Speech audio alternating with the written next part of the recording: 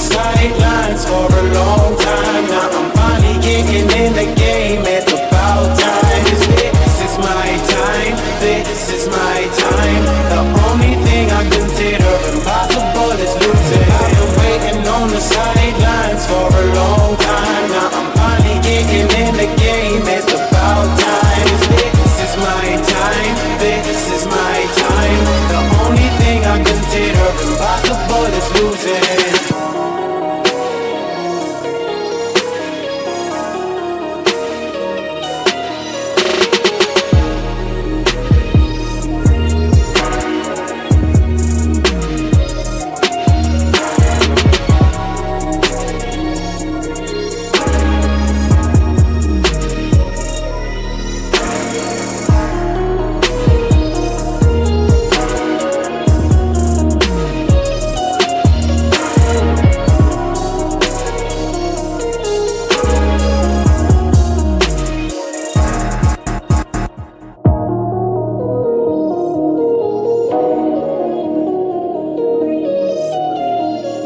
I've been waiting on the sidelines for a long time. Now I'm finally getting in the game. It's about time. This is my time. This is my time. The only thing I consider impossible is losing. I've been waiting on the sidelines for a long time. Now I'm finally getting in the game. It's about time. This is my time. This is my time. The only thing I consider impossible is losing.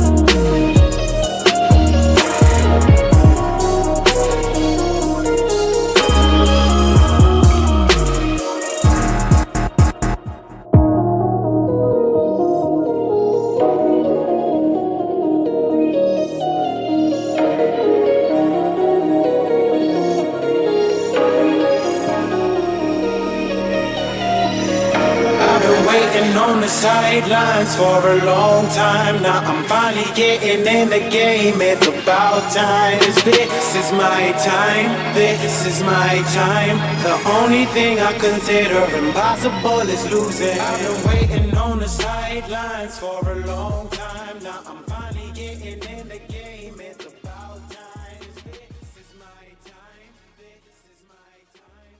The only thing I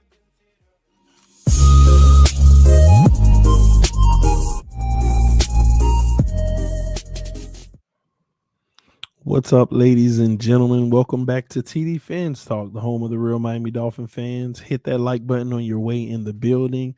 Let's have ourselves a good old time early Friday evening. Give us an opportunity to still enjoy our Friday night. Y'all punch that like button. Hit the like button on your way in the building. We already have over 100 people watching, but we only have 30 likes. So hit that like button. It will be greatly appreciated. Thank y'all for tuning in. Man, we're going to have a good one. I got a lot to discuss. I brought some receipts with me. Y'all know how I do. Um, oh no, TD and his low voice. Something is wrong.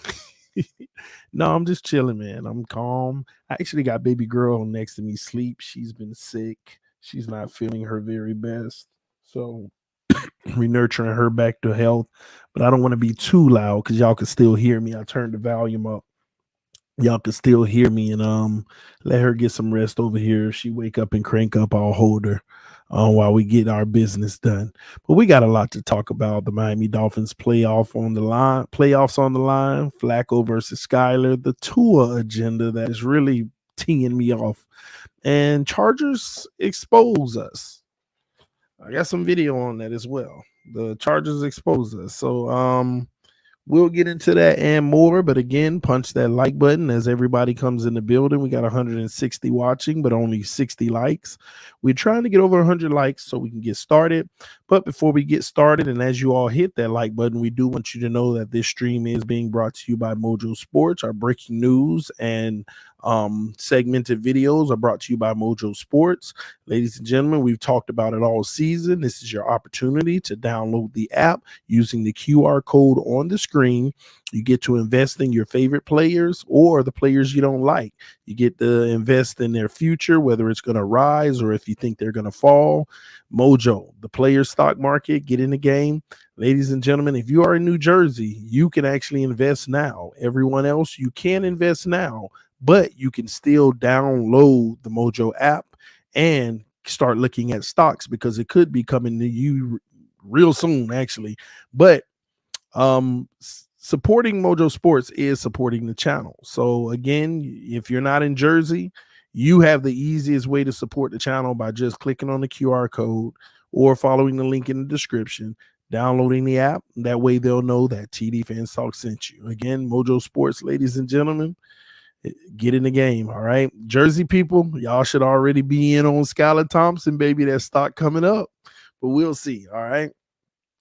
Do we have our 100 likes? Because we got 180 people here. Oh, only 80 likes, man.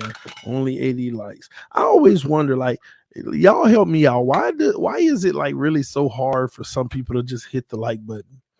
Like right when you come in the building, we got 180 people watching and 80 people hit it, but 100 people are enjoying the content for free, but they won't even hit the like button. Just simple. Well, some of them may be driving. They're like, when I get to a stop sign or a red light, I'll hit it. Maybe that's all cool, but I don't think all of them are driving. Maybe. And I don't want you to be unsafe. So if that's the case, I get it. See, all right, now we're at 100. All right, let's go ahead and get started, ladies and gentlemen. First and foremost, Miami Dolphins playoffs on the line, y'all. The playoffs are on the line. First of all, Buffalo's about to dog walk New England. So, in my opinion, we control our own destiny. We control our own destiny, okay? Shout out to the homie Red, White, and Bills in the building. Salute to you, homie. We control our own destiny because the Patriots are about to get murdered, okay? But can we beat the Jets? And that's the real question. And honestly, whether or not we can beat the Jets will rely on one person. And it's a lot that has been going on lately has relied on this individual. And it's really just been this individual. A lot has rolled on his shoulders. And he hasn't been able to get it done for us. And that's our coach, Mike McDaniel. Ladies and gentlemen, there's plenty of blame to go around, but I am telling y'all now, the person that you blame is Mike McDaniel. Y'all give me a second.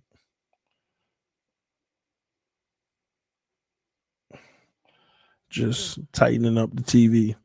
Make sure we get a better view. But yeah, man, pretty much the person to blame has been Mike McDaniel. He has to get it done, and he hasn't. And that's very unfortunate. It's very unfortunate. We're definitely gonna need Teron Armstead. Give me a second.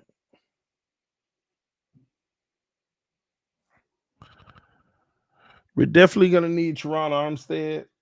But he's a game time decision and doubtful. He's gonna be listed between doubtful and something else. But Armstead ain't playing unless we're shocked on Sunday. But I'm gonna tell you now, Armstead's not playing. And I gotta be honest with y'all, it's starting to leave a really bad taste in my mouth. I'm getting a really bad taste about that. Armstead not being out there when Tua's not out there. It's really unfair to these other quarterbacks because this O-line has just been horrible with the other guys in. Now, Armstead will probably miss this game. And where will that put him? That's going to put him at how many games will he have missed now? It will be what? 5 games? Is that going to put Armstead at 5 games missed? Or is it 6? I'm trying to add them up now. He missed every game. Tua missed. No, it's not 3. It's 4 at a minimum. It's not 3. I mean, these are 2 right here. He missed the Jets game, the first one. He missed the Minnesota game. That's 4 right there. He missed San Francisco. That's 5. So, yeah, it definitely ain't no 3. I got Jets, Minnesota. Was he in that Bengals game? When Tua got hurt, I believe so, or maybe not. I don't know why I put y'all through this all the time when I could just go ahead and look it up. No, he ain't got the same as Tua because he didn't play the San Francisco game and Tua did. I'm looking it up now.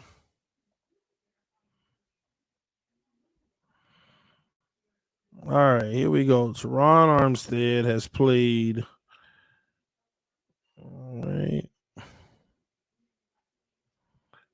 Let me close this out. All right, so 1, 2, 3, 4. So he played the first 4. He only played 8 snaps in the Jets game, so that don't count.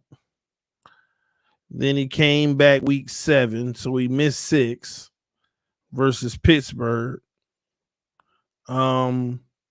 So he got 4 games. So anyway, he missed 1.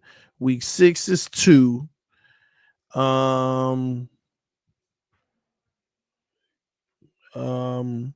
Houston, he only played half the game. So that's 2.5. Wait, let me make sure I get this correct. Pittsburgh. So we're missing. Okay, so that's 1 game. Minnesota is 2 games. Okay, that makes sense. And then half the game in Houston, 49%. So that's 2.5 games. We had a bye in week 11. All right, so 2.5. Week 13, that's 3.5. 5.5 games because 17 and 18. So Armstead will miss 5.5 games in a 17-game season. So we're getting him for 11.5 games this year. And I'm disappointed in that. What did I tell y'all at the beginning of the season you were going to get from Teron Armstead this year? How many games did I tell y'all at the beginning of the season you would get?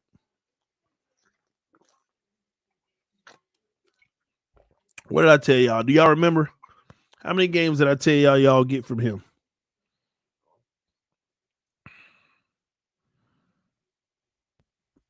You called it, TD. Yeah. I know. I told y'all were going to get 12 games from Armstead. At the beginning of the season, I said, you're going to get 12. It's not like I'm crystal balling it like I know. I'm just going off of history. History tells you when you look at his career, you're going to get 12 games. And he getting older. And sadly, we didn't even get to 12. We got 11.5. Even more sad is in those 11.5, he played hurt for about 5 or 6 of those. I told y'all early in the season, you getting 12 games from Armstead at best. But let me tell you what's really bothering me. What else I told y'all? I told y'all 8 weeks ago, somewhere around like 7 weeks ago, I said Teron Armstead done missed 2.5 games or whatever, and he's back. The issue I have with that is he gonna give you 12. That mean he ain't hit his quota yet. That mean there's another injury or something that's gonna sideline him at some point. And I hope it don't happen at the end of the season. And when he was out half that Houston game, I was like, okay, there go a half. Maybe he gonna miss a few games, but he didn't. He came back. Then he missed San Francisco. I said, oh man, we need him right now. But if he gonna sit out 2 weeks and then get fully healthy, but he came right back the next week. I said, oh my gosh, this man still got another game and a half to miss. Please don't be at the end of the season. And here we are, 2 games.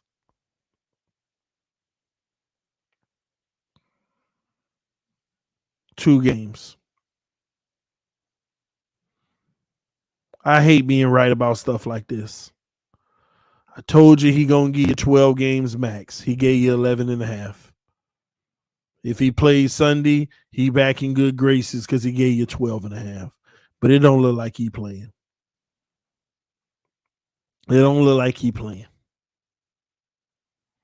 And the man is all beat up. And he's all beat up. And the sad part about it is, I feel like even if Tua was healthy most of the season, which he wouldn't, even if he was healthy, he would have looked a lot worse because he wouldn't have had this man out there in those games that he missed. The games that Tua missed, had he not missed, he wouldn't have had this man out there. And let me be clear about something, ladies and gentlemen. Let me be clear about something. Do y'all realize what Tua has looked like without Armstead this year? I want y'all to think about that. Do y'all remember what he looked like without Armstead?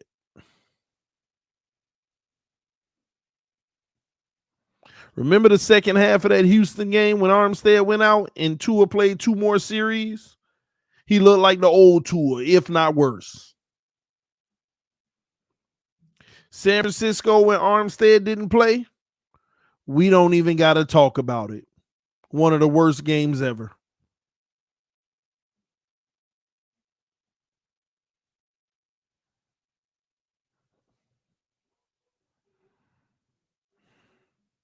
Tua has played 1.5 games without Teron Armstead and looked like a train wreck in those moments. This is why y'all shouldn't be unfair to Teddy and Skylar when you sit there and talk about how bad they looked and why you need Tua when Tua looked just as bad without Teron Armstead.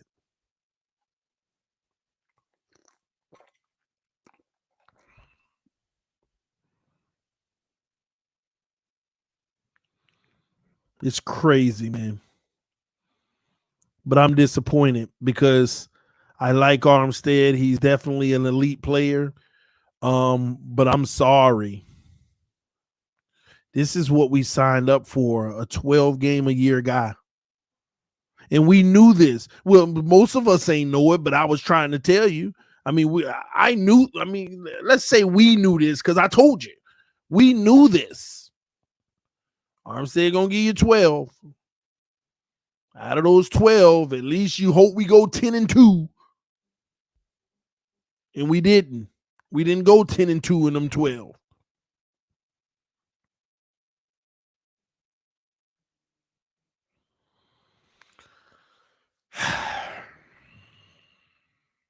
Playoffs on the line.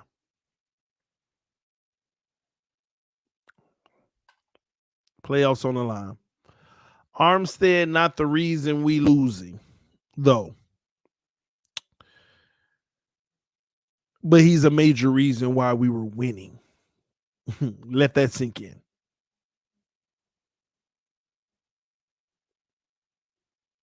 Glass half empty. It's also half full. He's not the reason we're losing, but he's a major reason why we were winning.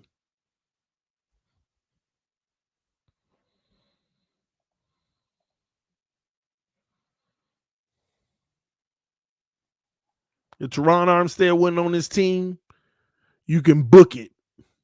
3 more losses. If Tyreek wasn't on this team, you could book it. Probably 4 more losses. And we're going to talk about the whole Tyreek thing in a moment. But let's move forward to Flacco versus Skylar. Flacco, veteran quarterback. I don't like Flacco. Sometimes he goes off on us. Sometimes he has a good time. The last time we played Flacco was in 2021. October-ish or something like that. Somewhere around there, October, November 2021. We played Flacco. And I gotta say this. I haven't had this conversation about this, the Tua agenda. I'm over it, man, and I'm about to expose one of our beat writers because I'm just about to expose one of our beat writers, okay? And I ain't got nothing against the man. I don't even know the man. Don't have no ill feeling. I don't remember when he said a bad tweet or a good one. I don't know him to be coming at him, but the tweet, I'm coming at his tweet, not the person, because I don't know the person. But Barry Jackson, I don't know if he a Tua near, but what he tweeted today was so Tua nearish, and I'm so sick of it. I'm so sick of it. Like what he tweeted today just showed you blatant agenda to big up Tua. Just blatant. And let me break it down for you guys. You know, TD bring the receipts. Y'all already know that. Let me break it down for y'all. All right, here we go.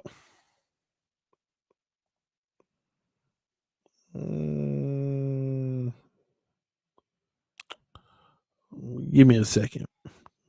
Let me make sure, since I'm off the screen, that y'all can hear me. Yes or no if you can hear me.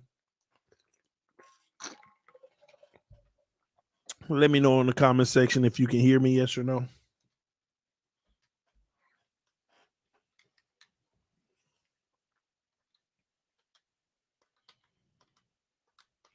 All right, cool.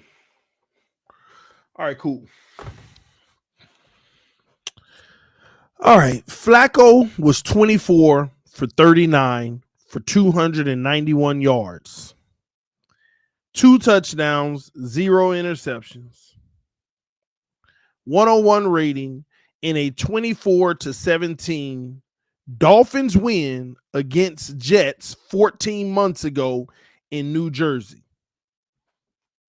Okay? Now, Tua was very good that day. Dolphins defense must be better than that against Flacco Sunday with Tua out. What's wrong with you, Barry? Like, do you do any research to try to remember? First of all, we won the game. Second off, how many points did the defense give up, y'all? Put it in the comment section. We doing a SAT test, a word comprehension test. Read the thing and answer the questions. How many points did the defense give up?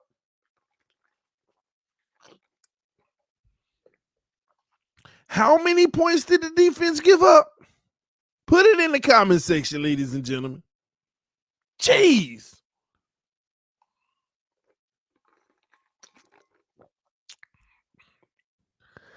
If you knew your defense was going to go into every game every week giving up 17 points, only 17, is that a great defensive day or a day that they need to be better, ladies and gentlemen?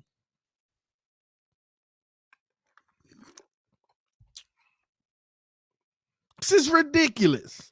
Now, I want to make it even worse. First of all, he said Tua was good that day. Now, let's back up for a second. Let's get off of Tua for a second. We'll get to him in a second. Let's get back to Flacco. Is 61% completion percentage good? Did you have a good day if you had 61% completion percentage? It ain't terrible, it ain't bad, but did you have a good day? Now, mind you, you got 2 touchdowns. Good job, Flacco. It happens. No picks, but he did get sacked and fumbled the ball. He did get sacked and he did fumble the ball. And he got sacked in that game twice, by the way. And he had a QBR of 45.7. 45.7. Now, on the other hand, Tua had a very efficient day, 27 of 33, one of his most efficient days. Completion percentage was amazing. 273 yards. He threw for 2 touchdowns, just like Flacco. He didn't get sacked once. O-line played very well. Had a 79 QBR and a 108.7 rating. Not bad at all. But there's context to this game. See, this is one of those games where the QBR is high and the rating is high, but if you go over the PFF, it's trash. You know why? And Tua didn't play trash in this game. Let me make sure I add some context. But Tua did not help his team the way that a franchise quarterback should. And let me break that down. Since we want to pick on the defense, Barry, when in all honesty, we should be picking on the offense. Y'all ready for the new receipts? You ready for the receipts, the mic drop receipts? This is where these Tuaneers need to stop trying to make it seem like we cannot function nor live without Tua. Because what gets on my nerves about this is Dolphins defense must be better than that against Flacco Sunday with Tua out. So they got to be better than 17 points because Tua is out. You know what? Let's talk about those 17 points, Barry. Let's talk about those 17 points, Barry. Barry, if you're watching, take a watch at the screen. Look at what the Dolphins defense did in the entire first half of that game. Punt. Touchdown. Oh, they gave up a touchdown. But why did they give up a touchdown, ladies and gentlemen? What did the Dolphins do with the ball right before that? The Dolphins and Tua Tagovailoa threw an interception that left the Jets in field goal range. And oh boy, the Dolphins gave up a touchdown.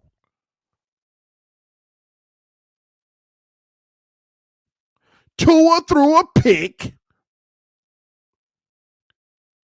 in field goal range. And the Jets, sorry that the Dolphins didn't only allow 3, they gave up 7. Shame on the defense. It should have only been 3, and they got 7. Okay, I get it. But at the same token, why was the defense even in that position to begin with? That is 7 points right there. Want to talk about they need to be better than that when they only gave up 17, and it might have been 10 had this interception not happened by Tua.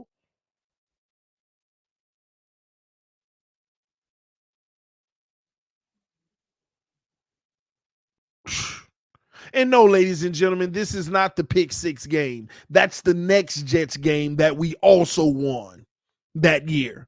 This is the one that Barry's talking about that Flacco played. The pick 6 game was Zach Wilson.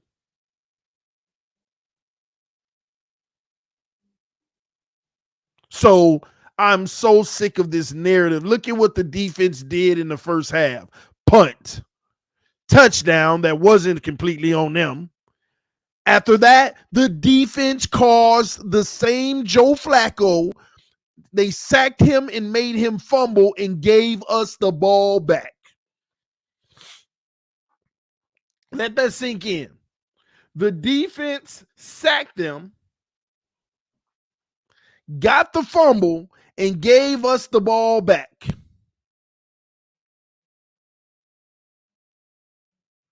Gave us the ball back. And guess what we did when we got the ball back? Punted the ball again. But let's just focus on the defense. Outside of that touchdown, this is what you got: punt, fumble loss, punt, missed field goal. That's what you have.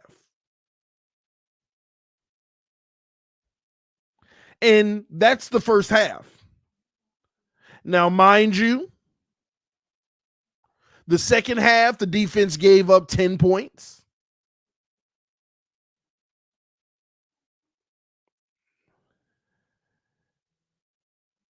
But where's the problem? Where's the problem on the defense in this day?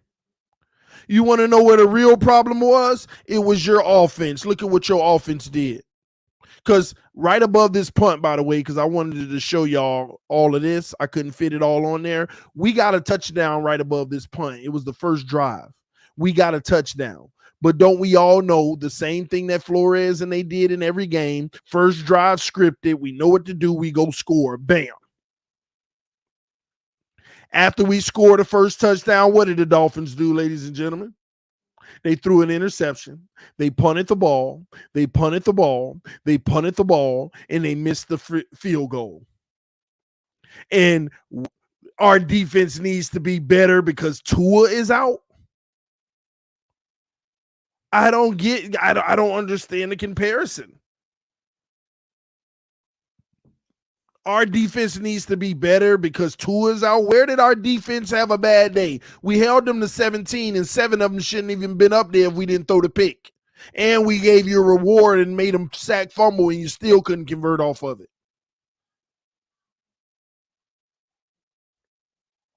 These tweets needs to stop. This ain't nothing but a Tua big up agenda. Tua was very good that day. Very good.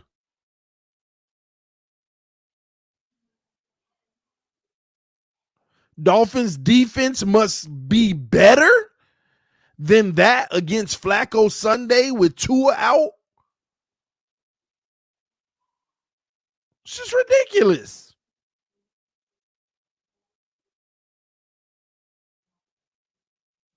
It's just ridiculous. These are those agendas I tell y'all about.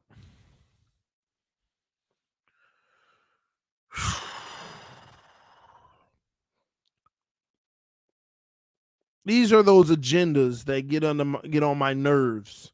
They try to make it seem like with Tua out, we're going to need to do this. We're going to need to do that. How are we going to survive this? Man, with him in, you should be asking those questions.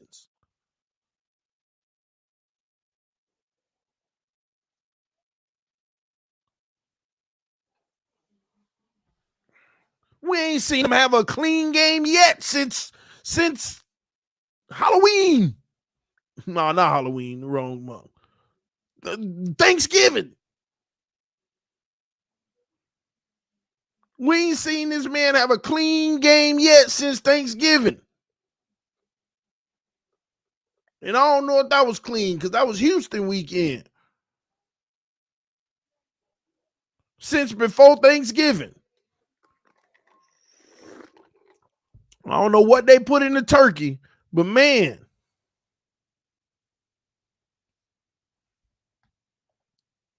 Do people realize before Thanksgiving is like 6 weeks ago?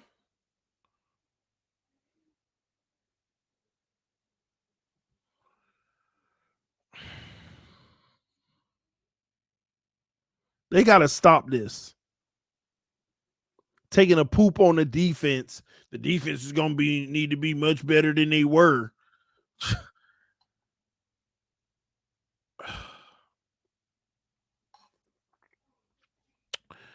This leads me into something someone sent me today, and I want to share with y'all, man. The Chargers expose us. You know, they got their own like Hard Knocks version thing or something like that. and they put it out, and our game was highlighted in it. It's like a 30-minute video, but I clipped out the 7 minutes that's related to us. And in this video, they talk about the fact that December is time for everybody to start separating themselves. They say that December is the time for everyone to separate themselves. This is when you start to realize who the winners are, who the losers are, who the real are, and who the fake are. And in December, teams start winning by defense. And that's how they start separating themselves, because you got to get ready for the playoffs and come up with specific schemes for the playoffs. I'm explaining this to you all because I cut this part out just to give you some preference. They talked about the fact that most of the time in the NFL, teams are not that big of a separation to where you need to change your scheme. But in December, the good teams start to, so that they can start game planning against the best of the best, like they'll do in playoffs. And I just clipped out like a 6-7 minute portion of it, and we're going to watch it together. That was a week where it really clicked.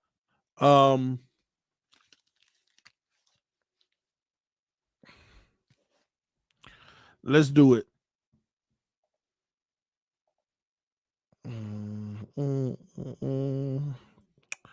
All right, here we go.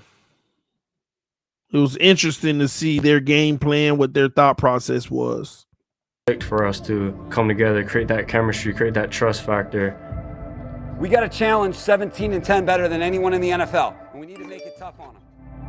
I've prepared myself over and over mentally, whether I'm on the field or not, to be in that position and to be able to perform. See, their game plan was the challenge 17-10. They know that Tua is nothing without 17-10. You just heard their head coach say, we got to challenge 17-10 better than anybody in the NFL. And we're talking about backup corners, first-time corners in the NFL that haven't even played. There's one guy who got his first start, his first game, because the safety, Derwin James, was out. There's a guy in here that balled out in that Chargers game that got his first chance to play ever. And basically the coach just told y'all, we got to neutralize 17-10 because Tua is nothing without him. That's it. He goes how they go. He's not a quarterback that can go make his own plays or do anything spectacular to overcome. And bring everyone together. We need to put the pressure on them to get open, force them in a fight every single snap. They have to win on every single snap for 4 quarters. We just keep showing up, and we're forcing them to beat us. On Sunday night, it should feel like a party to us. Like Derwin said, we hanging out, we party, we having a good-ass time. We have to hunt. It's the only way. It's the only reason why we play football. It's the only reason why we play defense. And so we can all hunt together. Miami gets it at the 25, and here's the Dolphin offense. I know Tua personally, both from Hawaii. I know his family well. So I was excited to go against that matchup. And a few years ago, before we got drafted, because Tua was the same draft class as me, talking to Tua's dad about how one day we'll be able to play each other in the NFL. So that was a cool moment for me to be able to line up against him and play. And I didn't expect him to come out first play of the game and try to get to it. I thought they would try to run the ball. Tua under center, Tyreek Hill all alone. Well, they came right at me, came right at our defense. You know, I knew in that situation Tyreek was going to motion. He goes in motion right to left. You know, on defense, we're really going to have to manage the pace of Tyreek Hill and 17 in their motion. Normally, what this little guy does is he goes, you know, and then he's rolling, right? So we're going to. Man, when I saw this, I almost cried. They got us figured out. We run these same plays over and over and over and over. Over and over and over and over. And they done already broke it down. This is what they like to do. And they do this majority of the time. This is embarrassing. I'm going to be honest with y'all. This genius offense is basic, and I've been telling y'all that all season. It's so basic. What we do early in the game is we're going to get in this guy's face. All right, we're going to get in this guy's face, and we're going to change the way that they play the game because this is one of their top plays. Tua's throwing on first down. It's deflected and caught by. But I've been prepping myself all week for that matchup. Look at that. They just showed a clip of the same play in 3 games, and we completed it in all 3. All 3 games, it was completed. But not for the Chargers because they noticed, they always do this. And I never backed down. I never once doubted or flinched, and I was about it. Handoff, Tua sets his feet, throws it downfield for Hill. It is swatted away at the last minute. First play, swatted away. But you know what's funny about that play? I'm so glad we got to see it because I wanted to show y'all Tua never even looked over there and he threw it anyway. And I never backed Watch down. what Tua I never does. once doubted or flinched. Watch what Tua does. He's looking to the right to look the safety off. Watch how fast he looks over there and throw it. He doesn't process it. He just throws it. He expects it to be open. I was about it. Handoff, Tua sets his feet, throws it downfield for Hill. It is. Did y'all see that? And it was kind of underthrown. Swatted away at the throws it downfield. Look at this. Tyreek had a step and all. For Hill, it is swatted away at the last minute. Had to turn around to get it instead of being led. Throws it downfield. Could have been a big gain if Tyreek didn't have to look back for it instead of looking forward to grab it. It's crazy. He don't look. This is textbook practice. Look to the right, turn left, and throw it out deep left. He should be there. For Hill, it is swatted away at the last minute. Alohi Gilman able to recover, DJ. It just boosted the whole defense, bring us that energy, that swag, that fire to start the everyone know in Miami that we're here to play. Alohi Gilman, the safety, was back there in coverage. He's in because Derwin James is not. I'm much different than Derwin and his personality and his leadership traits. I'm much more quiet, but when I have things to say that are strong on my heart, I'm going to say it. So me stepping up in that role in terms of being a guy who can communicate to everyone across the field, to bring people together, to make sure everyone's on the same page is obviously a big role to fill. They express confidence in me. They want me to be me. I think people feed off of that. They know that I'm genuine and that I love playing this game and I love playing with these guys. And I think ultimately that's what brought us together and that's what helped us become the defense that we needed to be in those moments. 3rd and 9. There's another one, and again, it's a Charger right there. 3 and out. Look at the ball placement, what I be talking about. It ain't even in front of Gesicki. Another one, and again, it's a Charger right there. Look at it. The ball is actually behind the defender right now. The defender could have picked it off. I don't know if y'all could see that. The ball is actually behind the defender. It ain't in nobody. Oh my God. Do y'all see this? Gesicki trying to reach back. See, and these are the plays I be talking about.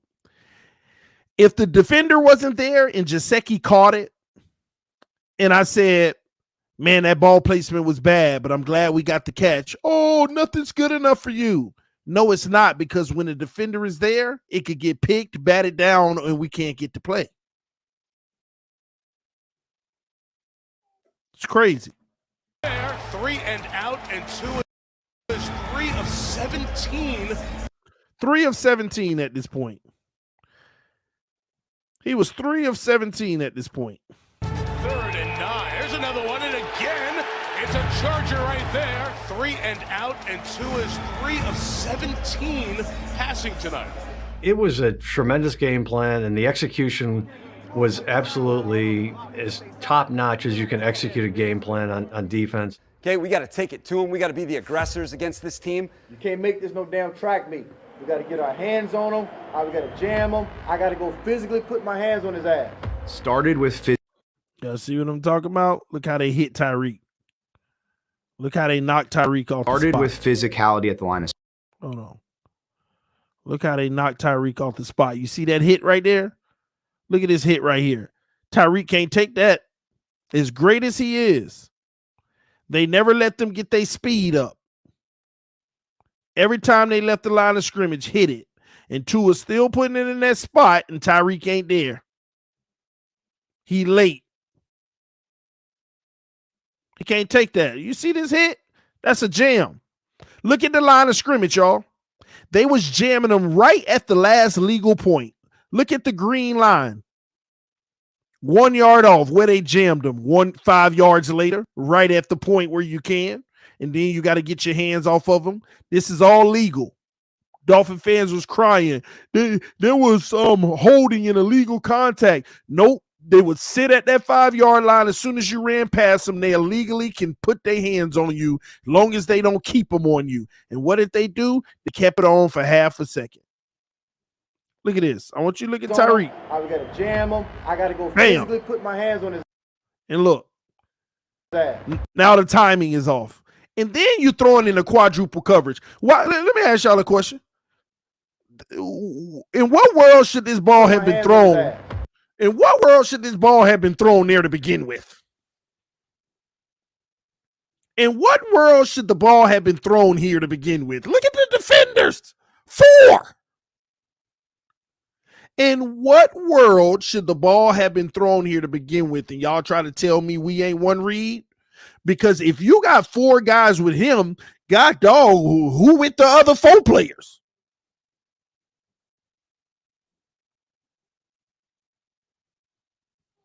Who's with the other 4? You can't make this up, man. If 4 guys are right there by Tyreek, who with the other 4?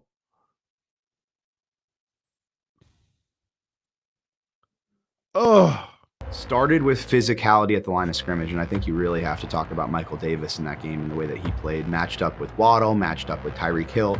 Michael Davis there, and a lot of bodies right around these Dolphin receivers, not letting them get up to top speed. The backups have been tremendous.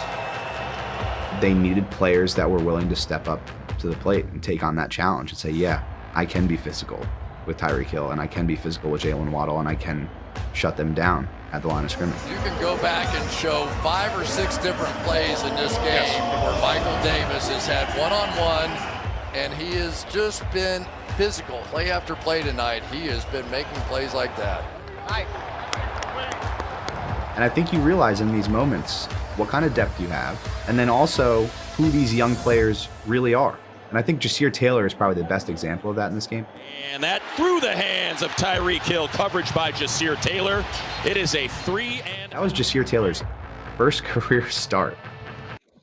This man, first career start. And he was matched up with Tyreek Hill and Jalen Waddle in the slot. And those 2 guys combined for 4 catches out of the slot. Jalen Waddle did not have a catch until the 4th quarter. Jesus. Oh. Oh. I got to say, it's one of the amazing defensive performances that I've seen so far. It's just fantastic. When Brandon is talking about connected defense, it's that. Connected defense is having that trust from the guy on my left and guy on my right. We all have each other's back in each situation.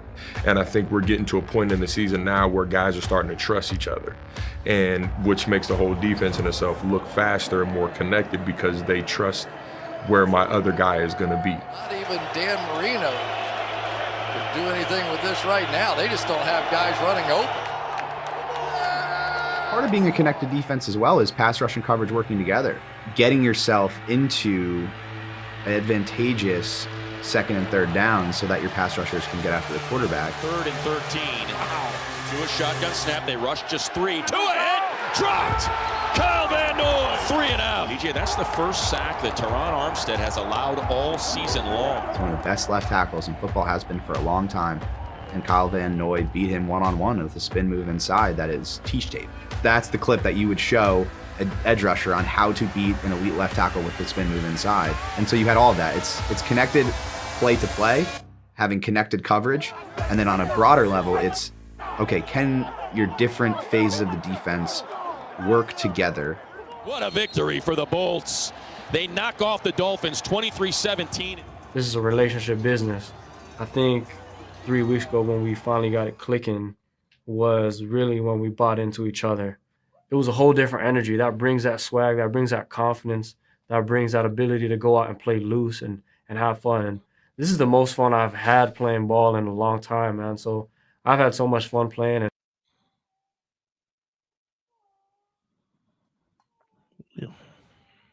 Gosh, man. Oh my gosh.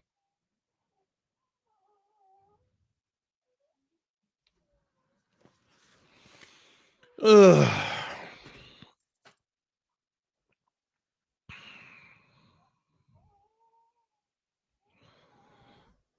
Can't make this stuff up, but yet they keep on driving these false narratives. I done told y'all, Tua ain't improved this year. As long as defense didn't play Tyreek and Waddle like that, they could run free. Tua can have bad ball placement, and as long as they catch it, and his numbers go up. But as soon as you run into a team that schemes, they didn't even scheme against Tua. They just said, take away Tyreek and Waddle, he's nothing. Let's focus on who's really moving this offense. Tyreek and Waddle. They're the real ones who's producing in this offense. That's it. Let's focus on them. Everything else will take care of itself. You shut down Tyreek and Waddle, the old line will look bad, Tua will look bad. Done. That's the reality.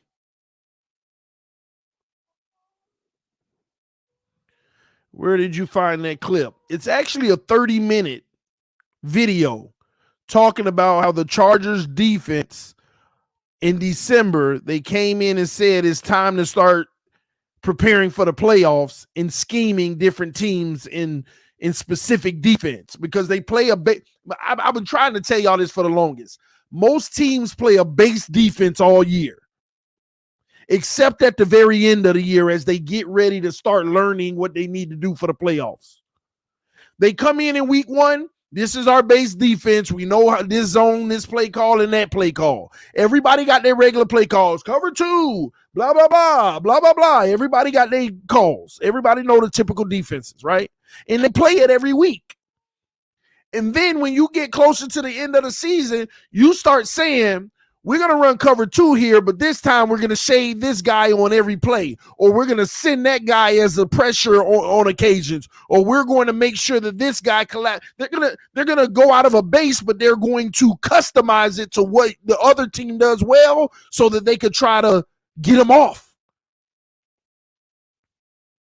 Run cover two, press versus just cover two. They were in press coverage. They were in man. They made sure that they clogged the middle of the field. And this is what I tried to explain to y'all. That's why I told y'all, teams run zone, we going to murder them this year. This ain't no surprise.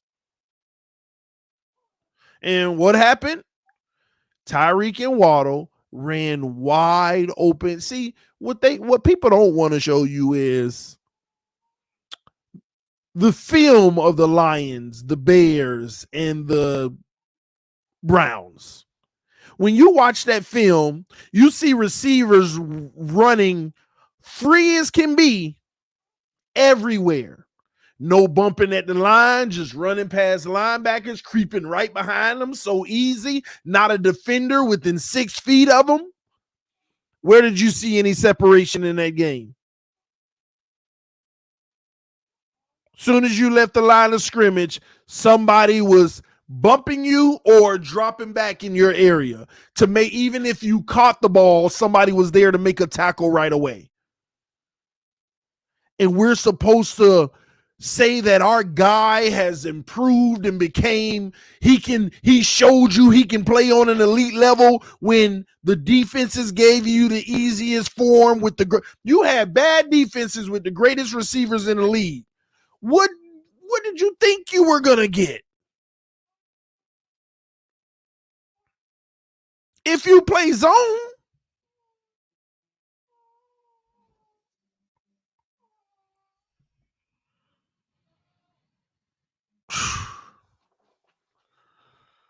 And if I was to pull up that film from that game, people were wide open all over the place. We already did the film review.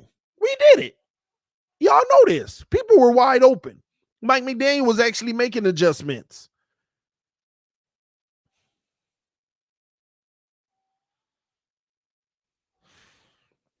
Film don't lie.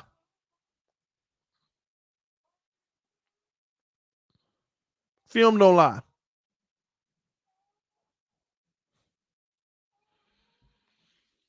And it's frustrating because we're going to be in a pivotal offseason.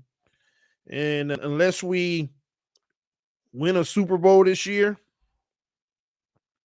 which, that's wishful thinking, but I'm a wish.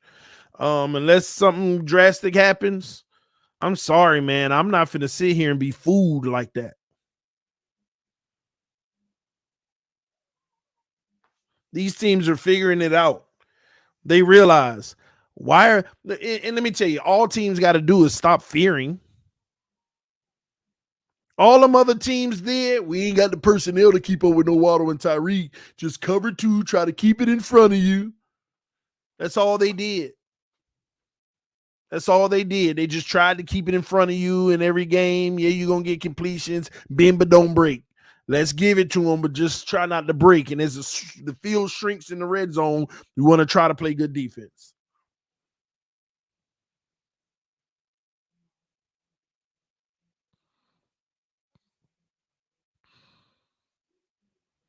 And when somebody sent me that on Twitter, they sent me the whole video, the 30-minute video. And when I saw it, man, I ain't gonna lie. I was just like, man, I'm so over this crap. See, forget Tua. Let's take Tua out of this for a second. Let's take Tyreek and Waddle out of this for a second. Let's go to the simple fact that I've been trying to tell y'all all season. We got a basic cookie cutter offense. It's almost like we got 20 plays that each play could do 3 things each. One play, we going in on this one. Same play, but this time we going out because they playing the end. I mean, it's so basic. When the coach of the other team is showing his team, they love to run this play. They run this play a lot. Oh, that's frustrating. We ain't even got a playbook. We ain't got no big array of a playbook. That was a week where it really clicked for us to come together. Talking to goes in motion right to left. On defense, we're really going to have to manage the pace of Tyreek Hill and 17 in their motion. Normally, what this little guy does is he goes, and then he's rolling, right? So we're going to do early in the game. It's crazy. They know. Everybody know this now. Of Tyreek Hill and 17 in their motion. Normally, what this little guy does is he goes, and then he's rolling. Right? So what we're going to do early in the game is we're going to get in this guy's face. Right? We're going to get in this guy's face and we're going to change the way that they play the game because this is one of their top plays. This is one of their top plays. Tua's throwing on first down. It's deflected and caught by... But I've been prepping myself all week for that matchup. And Man. Oh, my gosh. Let me read these super chats. My bad, y'all.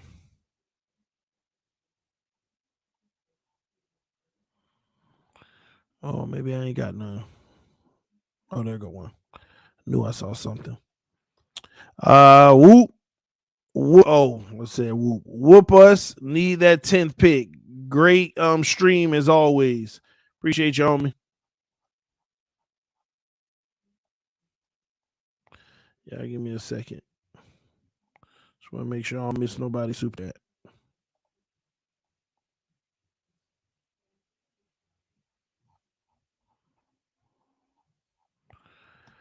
I'm way far. Hopefully I ain't miss your stuff, man. You need a QB that don't need everything perfect. Dolphins need to hire TD as a scout for the team. I would scout players. Dolphins wouldn't hire me because they'd be like, but you got to give up TDPHINSTALK. Never mind. You ain't finna hire me to silence me. Need a QB that don't have them problems with mine. See, let me tell y'all why I tell y'all all the time we need a dynamic quarterback. Because say you take Waddle and Tyreek out the game like the Chargers did, because they shut him down. Yeah, he may have got some trash time yards and stuff, but they shut him down. But you take them out of the game, that's where your quarterback is going to make plays, whether it be with his legs or finding the other guys. These are the things, man. Matt Moore, Chad Henne, Chad Pennington, Ryan Tannehill, please go back and get them instead of your constant Tua crybaby moments. Instead of your constant Tua crybaby moments. I don't understand what he's saying. He wants me to go get them. Okay. I don't want none of them, including Tua. So I don't get the point. Oh,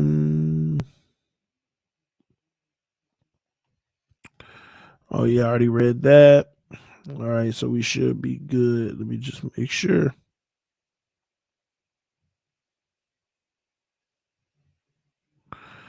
Wow, TD, the Bolts coach named Tyreek but doesn't even call Waddle by name. 17. What disrespect. Yeah.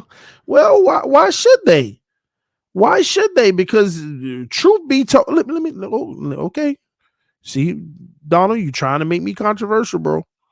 And you asked for it and you about to get it now.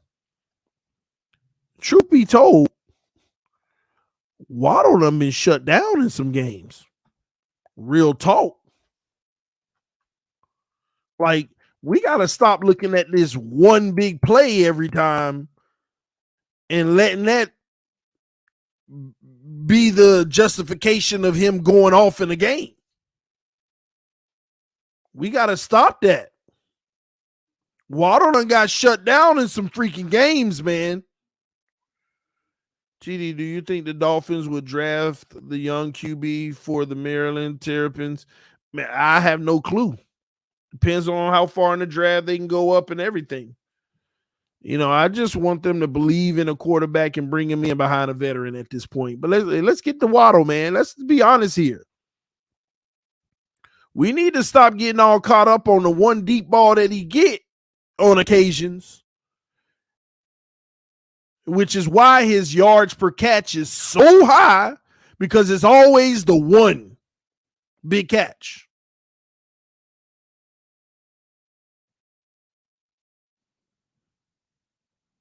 Because he's man. Let me show y'all the games where Waddle did us no justice. The Patriots game, 3 catches, 52 yards. The average is high, but we got 52 yards from a guy that should be up there just like Tyreek getting 100.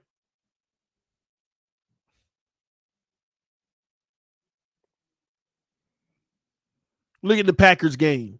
5 catches, 143 yards, but one of those catches was 84 yards. We'll take it. But y'all see what's happening? Bills, 3 catches for 114, but one of those catches was 67. Why is Waddle only getting 3 catches in a lot of these games? Waddle should be a 7 reception a game guy. Real talk. 7 a game. I don't like these numbers, man.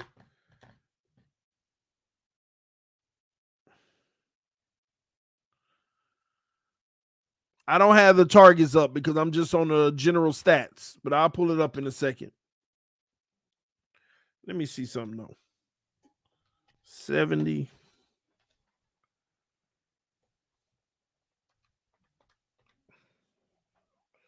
Waddle's getting about 4 catches a game, 4.3. Look at the Chargers game, 2 catches for 31 yards. 49ers game, 1 catch for 9 yards. Browns game, 4 catches, 66. Fair. Jets game, the first one, 3 catches for 23 yards, y'all. Don't forget about that going into this week. Bengals game, 2 catches for 39 yards.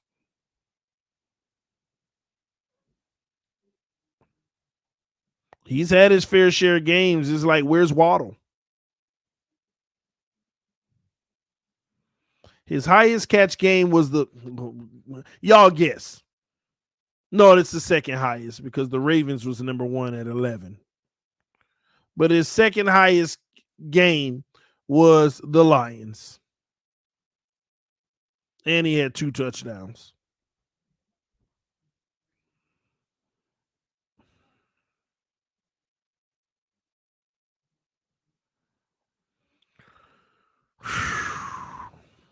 I'm going to try to go to the Pro Football Reference, see if I can see some of the targets.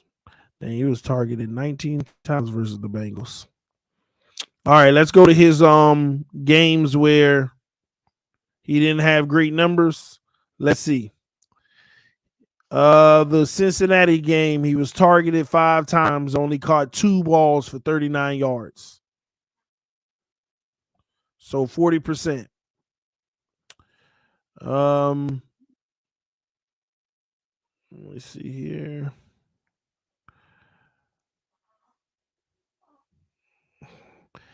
My Jets, 4 targets, 3 catches, only 23 yards. He had to catch the dink and dunk passes. Let me see. The San Francisco game, targeted 5 times, only 1 catch for 9 yards. The Chargers game, targeted 4 times, 2 catches for 31 yards. The Buffalo game, targeted 7 times. He only caught 3 of them, but he did put up 114, in large part to that big play. 3 catches for 114. Had a huge play in that one. Chargers, 4 targets, 2 catches. What else we got? Houston, 10 targets, 5 catches. Too many games with 50% or below.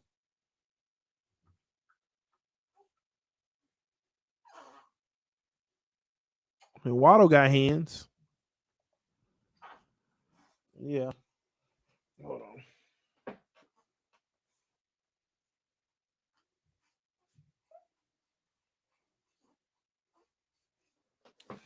But yeah, man. TD, compare Tyreek and Waddle catches. Well, I just gave you Waddles, but Waddle got 70 catches on the season. Tyreek got 117 catches.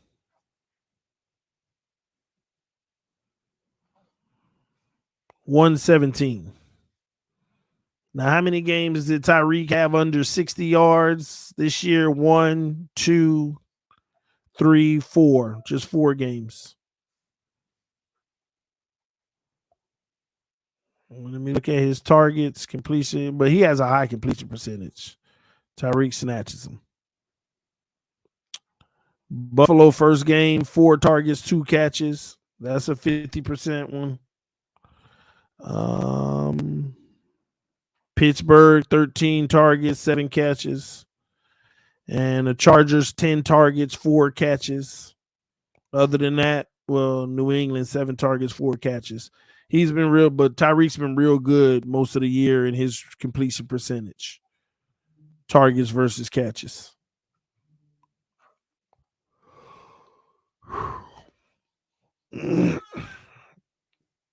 All right, DF Forever said, TD, thank you and Maj for supporting Bills fans over handling injury. Continue to hate Josh Allen. Will do. Give me a second. Ooh. You are up, huh? Oh, mama's up now. You just woke up. Oh, you're still sleepy. I could tell. But yeah. Man, targets. Tyreek is targeted like crazy this year. So far, he got 165, which is the most in his career. Told you, force feeding the ball.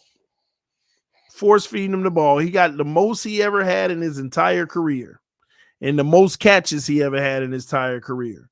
And you just saw on film a perfect display of force feeding him the ball, throwing him the ball with 4 guys around him. And we've seen a lot of that over the last month and a half.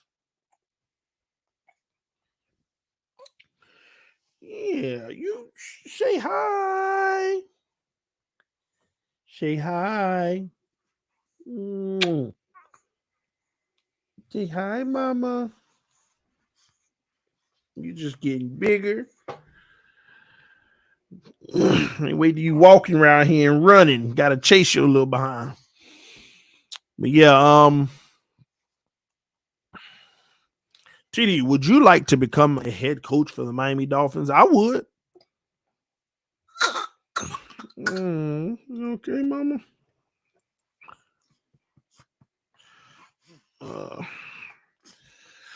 Yeah, I'll pray for little girl. Hopefully she get better. Well, she will get better. But she got a sore throat. Doctor says it's just a little stomach viral. And give her a week, it'll pass.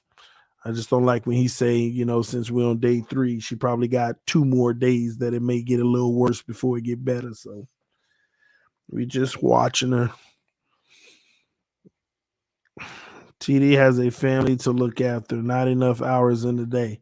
I mean, if it's something that you really want to do and it's like a dream type situation, like that you can enjoy. I mean, this team, yeah, I would coach this team, man. TD, do you think the Dolphins would draft a young coach? I already read that. But listen, man. The Dolphins ain't about that life, man. And listen, y'all don't want me as a coach anyway. TD, I think the Dolphins have a good chance to draft a young QB from the Maryland Terrapins. Can we have a short discussion on him? Thank you. Well, I see the issue is I'd have to actually do a little bit more research. I have to do a little bit more research because I don't get into all the quarterback stuff until the season is over and actually go back and watch film on prospects. And because during the season, it's a little too much to keep up with dealing with just the NFL in general. So like I said, I don't want to speak on the kid when I don't even have a full evaluation of him right now. I know he had, listen, I'm going to be honest. I don't even know nothing about the kid. I don't know much about the kid at all. Just like before Tua was drafted, I didn't know much about him. So if that's one of the prospects, make sure you come back. We'll put it on the list when the time comes. I'll go do my research and I'll learn about him. All right? And I'm telling you, it ain't many people I'm going to go learn about because it's a waste of time. It's a waste of time. I don't know nothing about him, man. Tua brother. What about him? You do know him. It's Tua brother. Oh, is that the person he talk about? Hey, I don't let one person determine the other person. If he's serious about Tua brother, I gotta evaluate him. He might be better than his brother. I don't know. Maybe he can process fields better. Maybe he ain't got the college stats, but he's a better processor and a better athlete. I don't know. If you're serious about it, then make sure you remind me when the time comes. I'll evaluate it. But I don't think this organization want to deal with a Tagovailoa anymore. So, Tua little brother got an arm. Is it strong? Is it stronger? I mean, is it a stronger arm? Oh man. Hey, mama. Yeah. I could if he ain't no good, I can't have both of them on the roster. One backing the other one up. Oh my gosh, man. TD, I'm just supporting the channel. LOL. Salute to you, homie. I know it. No more Tagovailoas. Keep Miss Haley in prayers, TD. Miss Harper. Appreciate you. His buns. Listen, man. Skylar gonna do his thing this weekend. I hope. If he don't, I'll be calling him trash Sunday, and then we'll start our off season, Dolphins. We'll start our off season. We'll win the game. Robert Saleh and Mike McDaniel are good friends. He hit him up, man. They talk about potentially firing me if we lose, man. Y'all ain't make the playoffs. You think you can help your boy out, man? Saleh was like, yeah, man, I got you. I'll start Flacco for you.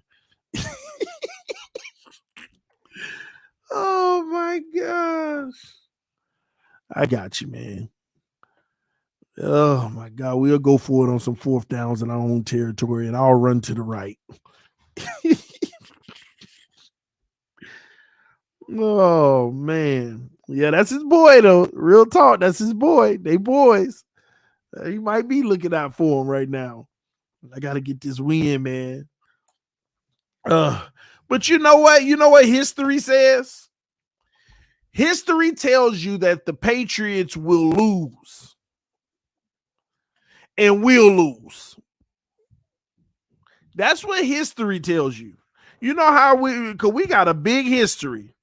We got a big history of having this exact situation happen, right? But the only thing worse in the past is we'll lose and we're out.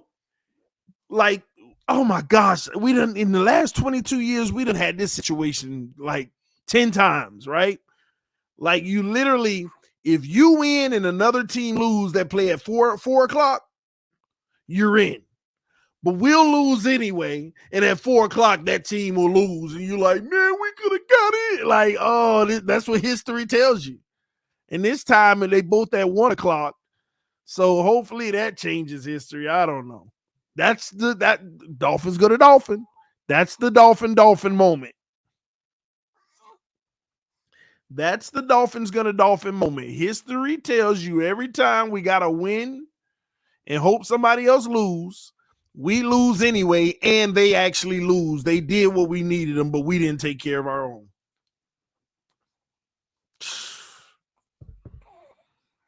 And if that happens, the Steelers are in. And if the Steelers lose too, the Patriots are in anyway.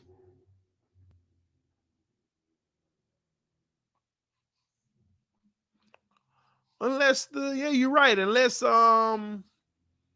does Jacksonville leapfrog anybody or Tennessee? It's a good question. Let me matter of fact, this is a good time to pull up the ESPN simulator. Let's look at the scenarios. ESPN simulator. Let me share my screen.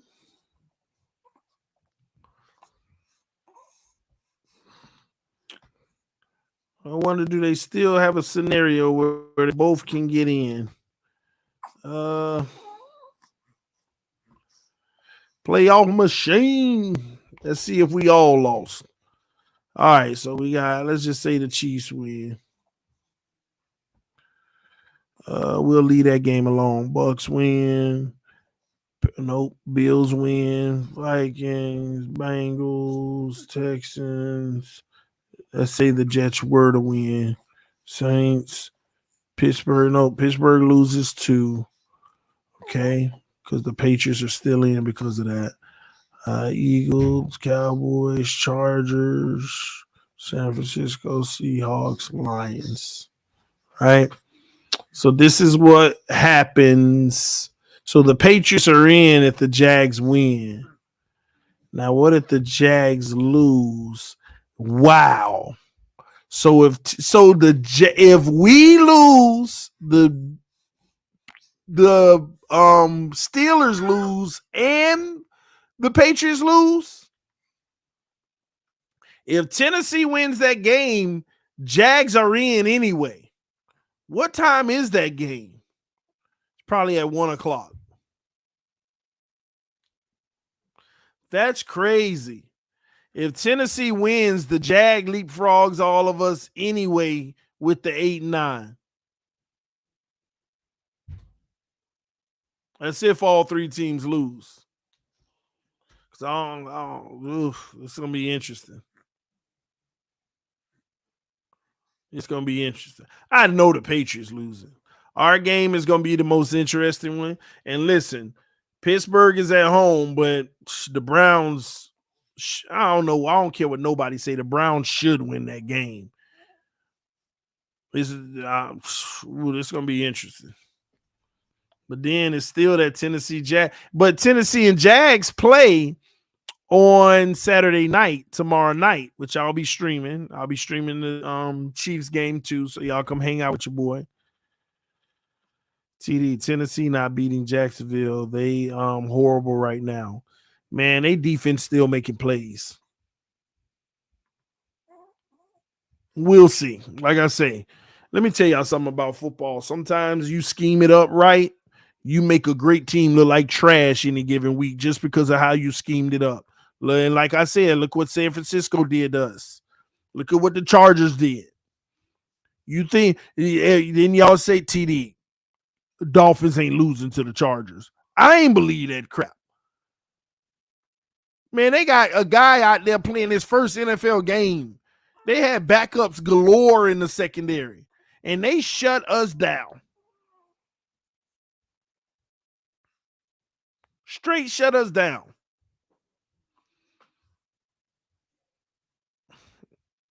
We'll see. And the guy that Tennessee brought in to play quarterback, he ain't all that bad. And he played a stifling Dallas D, but he ain't all that bad. Yeah, Flores over there. So it's crazy how many teams are still alive. But the messed up part is we shouldn't have never been in this position to begin with. All of them would have already pretty much been eliminated if we didn't put ourselves in this situation.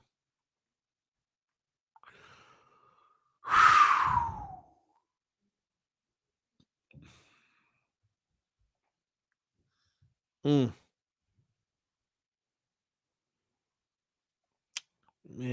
I'm just mad that the Patriots, if they beat Buffalo, they got a chance to get in. Because with nobody talking about, right? This is what's interesting. Nobody's talking about this, but they're like, ooh, with what happened, Patriots about to kill New England. Well, sometimes it could be the exact opposite.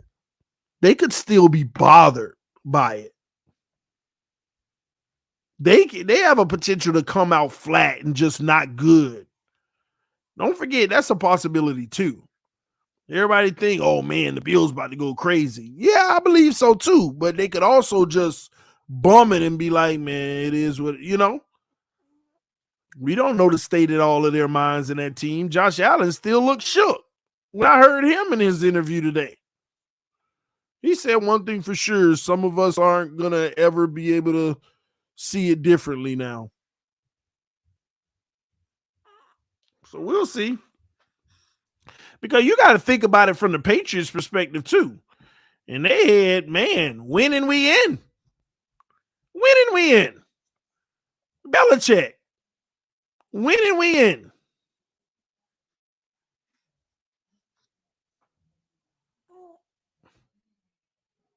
Winning we in.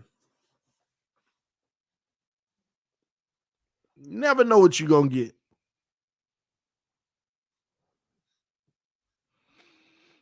It wasn't a day, then it was a clip from yesterday then, I guess.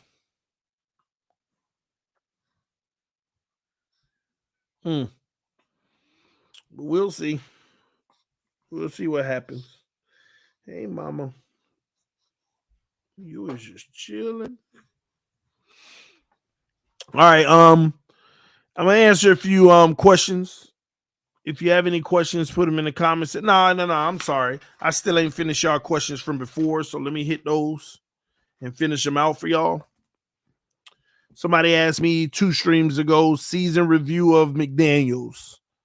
A season review of McDaniel.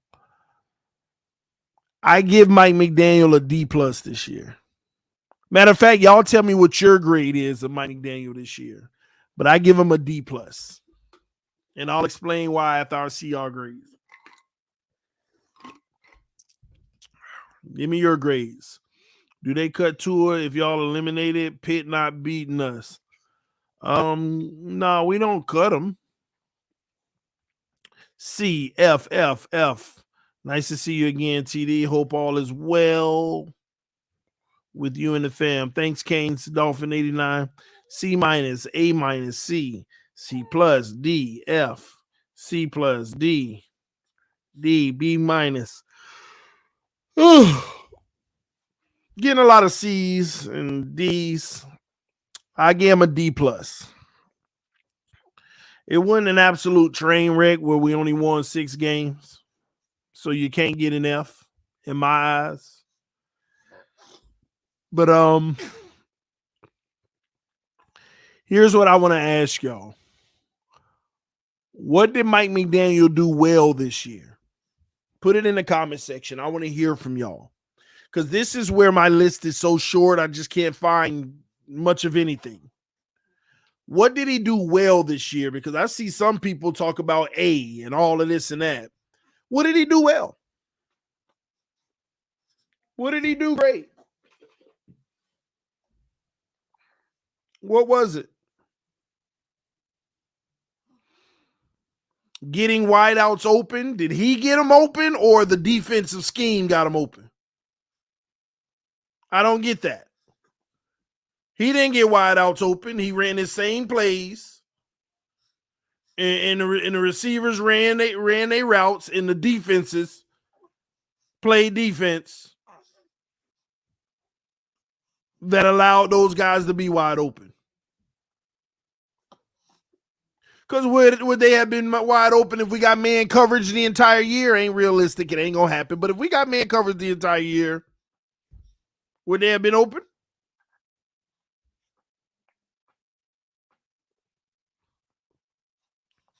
Funny pressers. I didn't too much laugh from them.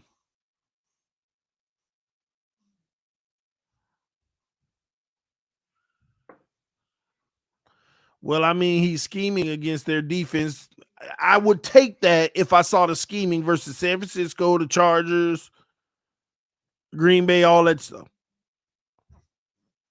If I saw it.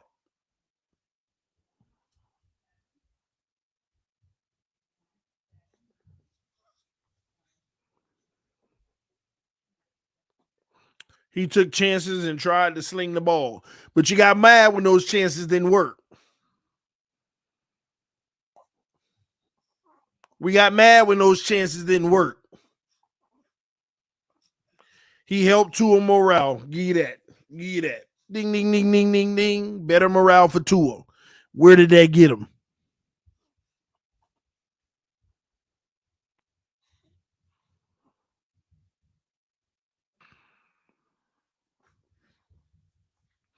Number 3 passing offense. Where did that get him?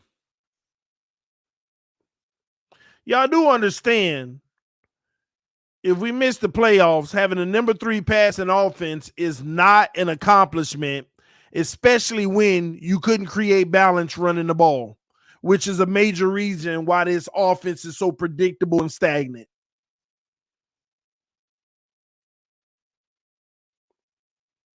Do you know, and I'm not saying that this happened, but this is where numbers matter. Do you know every team in the NFL could have the number 1 passing game in the league if they didn't run the ball at all?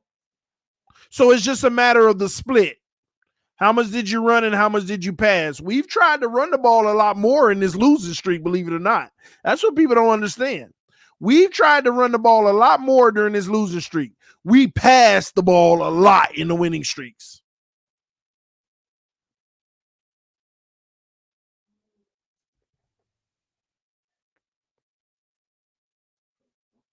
So this notion we created the number 3 passing offense. You throw it top 5 in the league. You're probably top 5 in the NFL throwing the ball in attempts.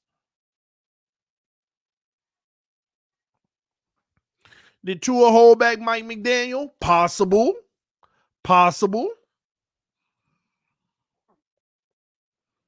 But you'll have to see Mike McDaniel without Tua to see.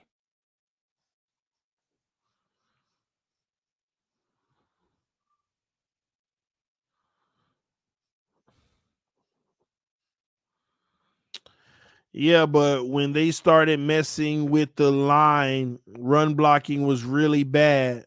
Look at some of the film. No, I know it. But hold on, let's back up. We weren't running the ball well during the win streak ever. Like when we were winning games, we didn't run the ball well. Jeff Wilson's first game here, he had a good running game. Well, not good. I mean, he came in the second half and made some good runs, and we were like, we got a running back. And then for like 3 weeks, they couldn't run the ball to save their life, and then they start running it again a little better against some of the worst run defenses, by the way. One of the Buffalo Bills fans made a good point. They say, you keep on saying our run D is trash. Our run D is good. It's just against y'all we wanted to shut out Tyreek and Waddle, in which they did for the most part. And he said that's why y'all were able to run the ball, because we wanted to give that to y'all. Can't argue that. When you watch the film, it looked like it was the game plan, because we ran the ball all up and down their throat. But we really think we got a good run game when we only ran the ball well in 4 games?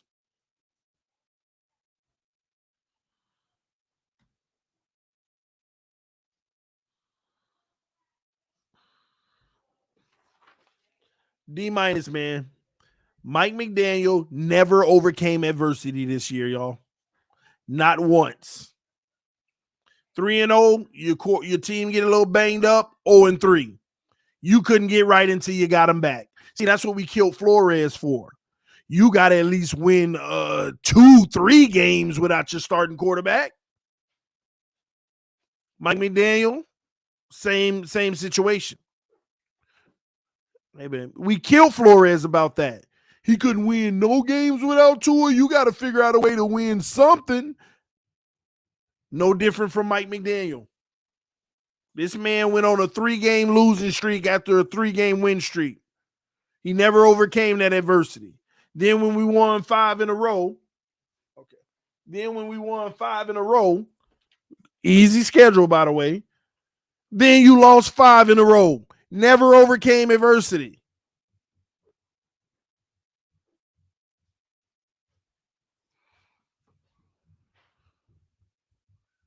Everybody been flipping on him the last month and a half. All the 2 years, he's a genius. This is why we needed him.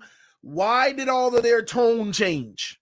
Even though they're unfairly blaming him for stuff just to make Tua not take blame, but that showed fake love.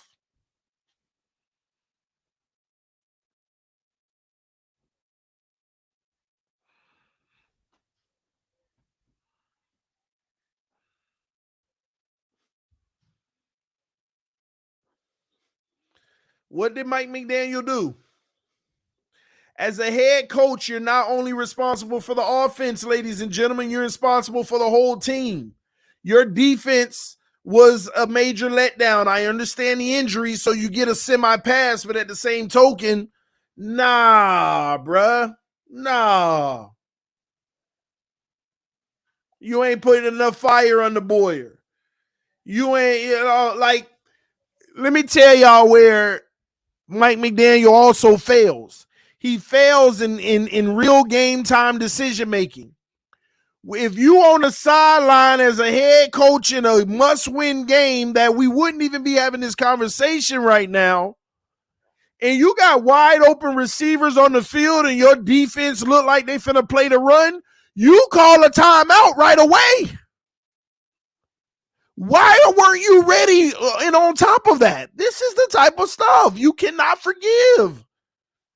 That's on the coach.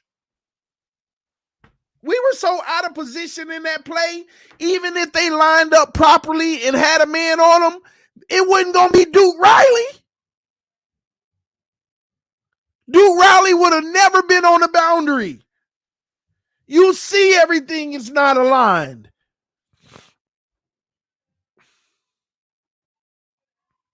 but you don't get a timeout. You get a guy that catch a deep bomb on the sideline in Green Bay that could have been incomplete. You didn't get it in quick enough. You ain't getting on your staff. You ain't demanding perfection around you. And if you are, then guess what? You're failing. Because they're not giving it to you when you need it most. Another thing, why we keep using all our timeouts. The one thing that Flores always wanted Tua to do and felt like he's getting better at is command of the offense. Every week we using timeouts where we shouldn't.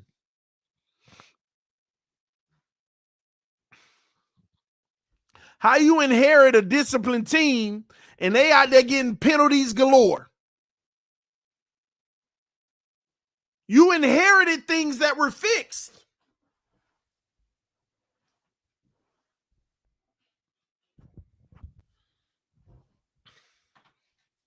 And they got worse. Another issue I got, how you franchise a tight end for $11 million and don't make him a real part of your game plan? $11 million franchise tag tight end should be getting a minimum of 5 targets a game. But you ain't even putting him in the game plan.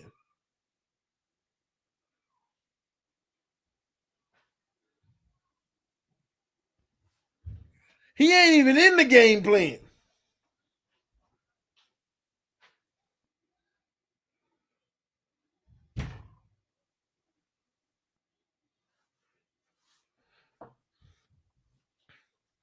I'm sorry, y'all. D-. And there's more. There, like somebody asked a few minutes ago, is Tua holding McDaniel back? That may be the case, but I'm sorry. The gig is out on you. Your offense is basic. It consists of a handful of plays.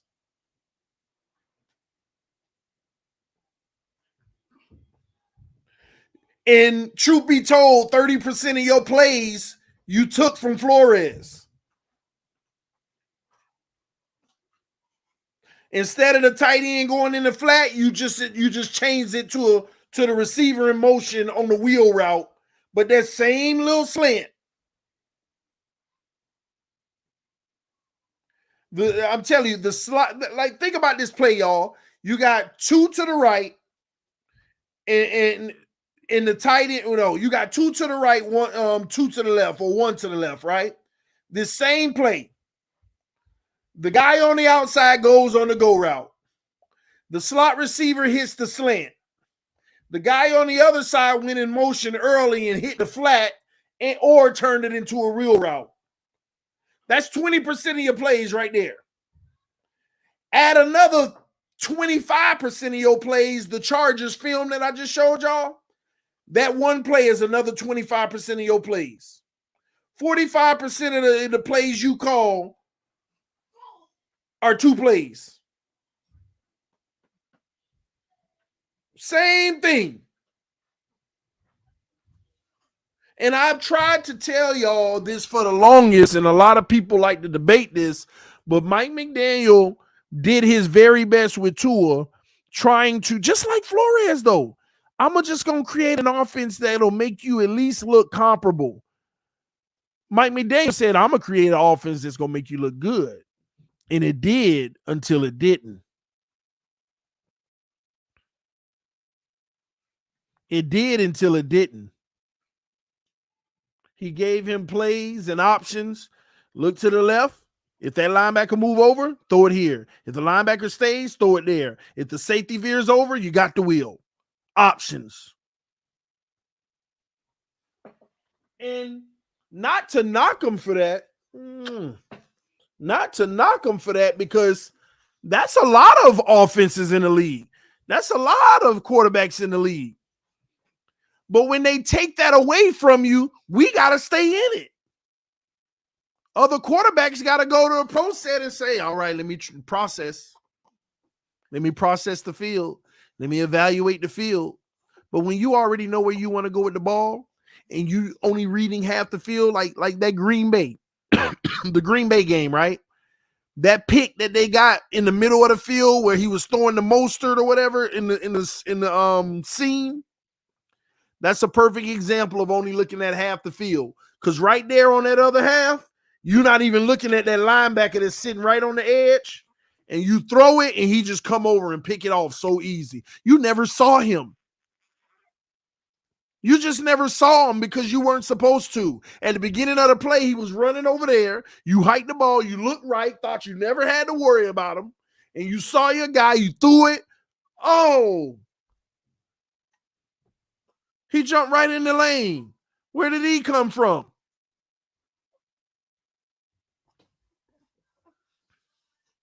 That's the issue. But that's Mike McDaniel. You created this system. Mike McDaniel knows deep down inside that he had to create a basic, simple system for his quarterback to be able to operate and give him the least amount to worry about on the field. And that's actually good, y'all. That's actually good. That's what you're supposed to do. But it does limit what the coach would like to do, or it limits what he's able to do. We don't know how good this offense can be. When you got a limited quarterback, you're gonna have limited things you can do. That's just ain't no coach gonna call plays that go outside of what your quarterback can handle.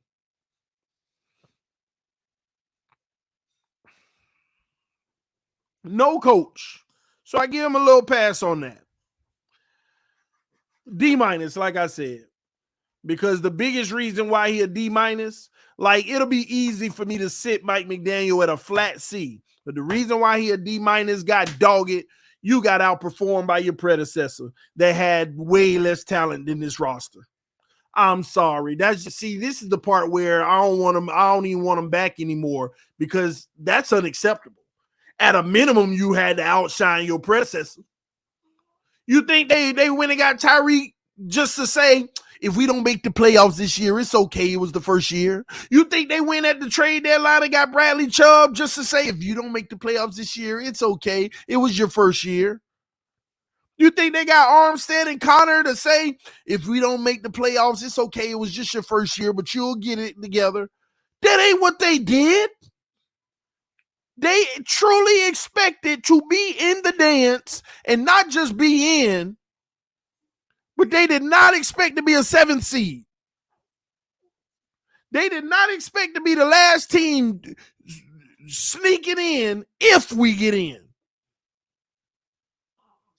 You think they're going to fire him on his first year? You done lost your mind. The expectations have been underwhelming. He's failed already, year one.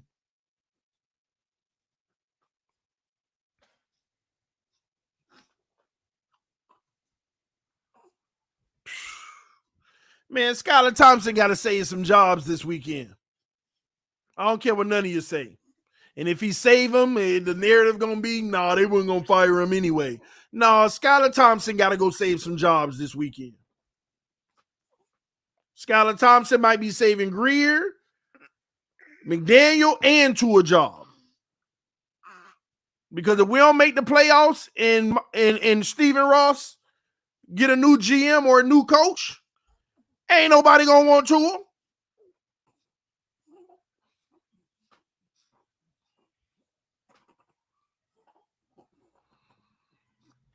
We got this W Sunday, TD, I believe. I agree. And let me be clear. This Sunday, winning doesn't save your job. Getting in the playoffs and hoping the Patriots lose too and us winning will save your job. You got to make the postseason. Because it's still embarrassing. The only thing that doesn't make it as embarrassing is making the playoffs. So let's get that straight, ladies and gentlemen. If we win Sunday, but the Patriots win and we don't get in, the house still getting cleaned. I believe the house is still getting cleaned. Because the reality is, it's embarrassing. If you don't make the playoffs, it is embarrassing. And you can't blame injuries on why you ain't make it. Not anymore. Not after this December when you had a lot of the guys. And it's other quarterbacks that's out here that miss just as many. How many games Hurts them miss now? Oh.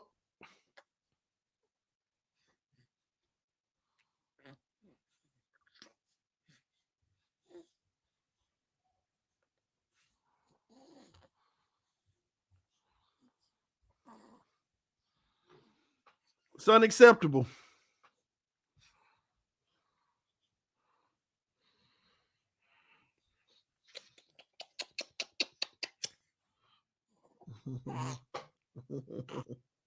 You laughing?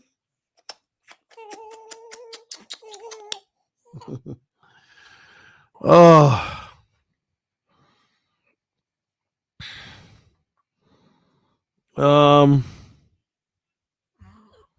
Yeah, I thought about that too, Mar. I thought about that. How funny it'll be if Skylar get us in, Skylar maintain starter and get us to the Super Bowl. But this team would never do it. Like let me say this too. I want to talk to the two of them. If we got any two in here, be honest with me. Like, talk to me real quick. I'm about to ask y'all a question. It's a serious question. If we make the playoffs and we got to play the Bills, Chiefs, whoever, first round, right? Because we probably going to get dog walked. I'm going to ask you two questions, but I got to get the answer to the first one first. Do you want Tua to start? This is only for the 2 years, man. If we got any in the building, do you want Tua to start that game? Do you want Tua to start that game? It'd be real interesting. I want to know what y'all got to say. I mean, I don't know why I'm tripping. I probably know the answer. As a 2 yes. Okay, good. Okay. As a 2 yes, right? Okay. If you knew that if he start that game and he played like trash, that's pretty much would probably be the end of his NFL career as a starter. Like, say he has a Tennessee game, a Charger game, or a San Francisco game, or a Green Bay 3-pick. If he had one of those and that would end his career, would you take that chance and play him? Would you take the chance and play him? I'm just curious. Oh, man. Would you take the chance and play him? And the alternative is the same as now. We don't know. He may be back next year. You know, we don't know. Would you play him? I'm just curious. Man, ain't nobody answering.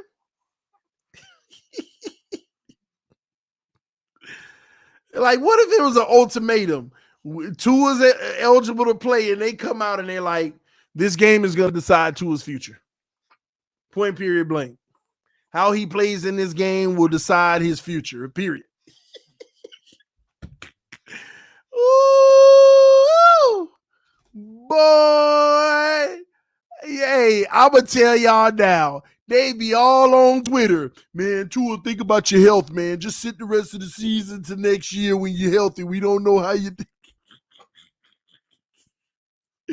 Oh, my gosh.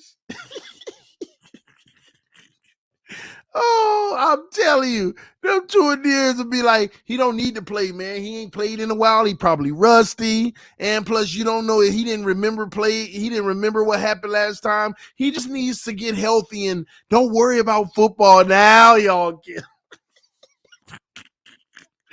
Oh, man, I promise y'all that would be them all day.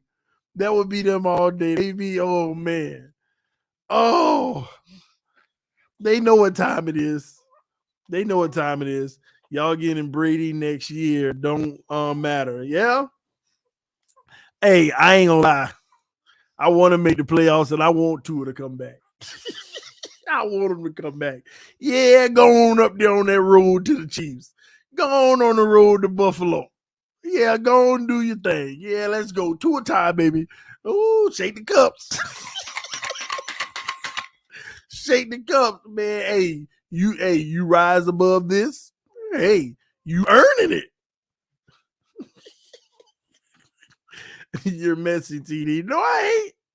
No, I ain't. I'm just saying. I'm just being honest. Y'all know what time it is. Y'all know what time it is, man. Hey, baby. Hey, we about to kick it all playoff, baby. We going to the Super Bowl 2 a time. 2 a time to comment section. Oh man, they trolling TD to his brother, Lord. Somebody just said they trolling TD. It's to his brother. PSJ 2013, man. You like 30 minutes behind on this stream if you still talk about Tua, brother. It's all good though. You're giving these Tuaneers false hope, TD. I ain't giving them nothing. Put him and listen. Let's be clear about something. Every time Tua get hurt and not playing, ain't nobody madder than me. I want him on the field. I want him to show whether he it or not. I just saw 4 terrible games by him. You think I ain't want him out there for the 5th one?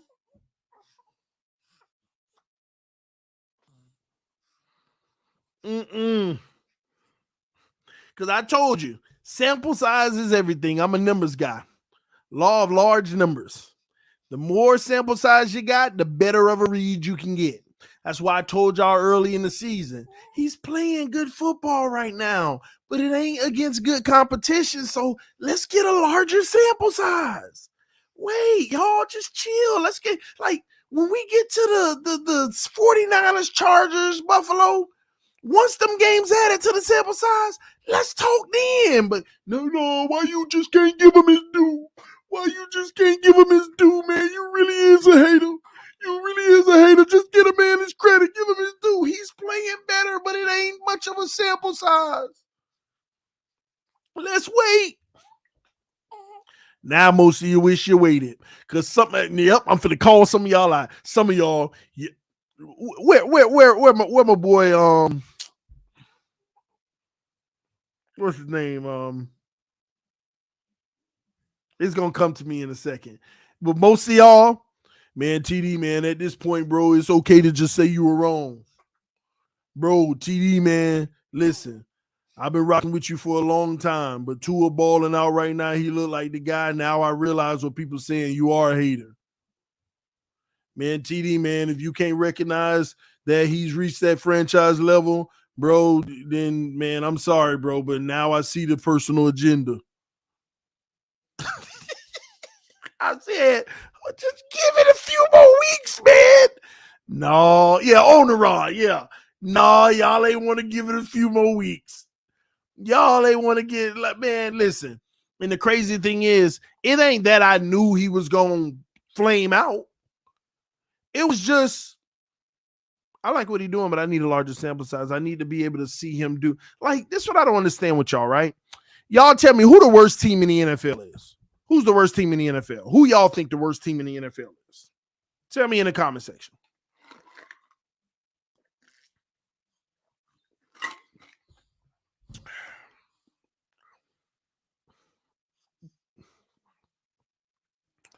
Texans, okay. Okay, so if the Texans are the worst team in the NFL, right? Who's the best team in the NFL?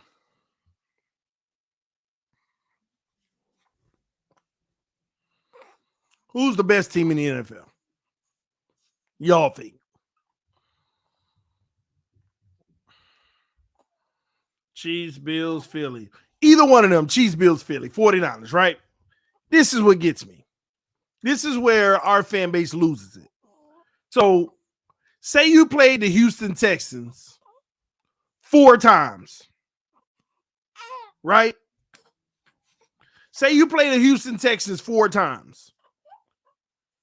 And you play the Chiefs 1 time. Now, you absolutely destroy Houston all 4 times. You're 4-0. You're amazing. You put up all the godly stats. 400 a game, 5 touchdowns a game. Like, this is next level. MVP, right? You play the Chiefs. You lose by 30. You only had 140 yards. You threw 3 picks and had one touchdown, right?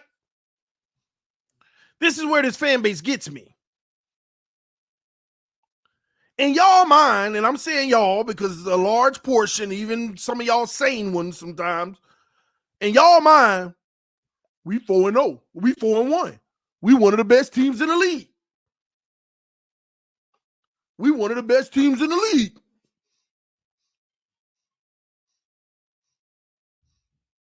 That's how we think. We 4-1. We got an MVP quarterback. And then let's say you get another team, right?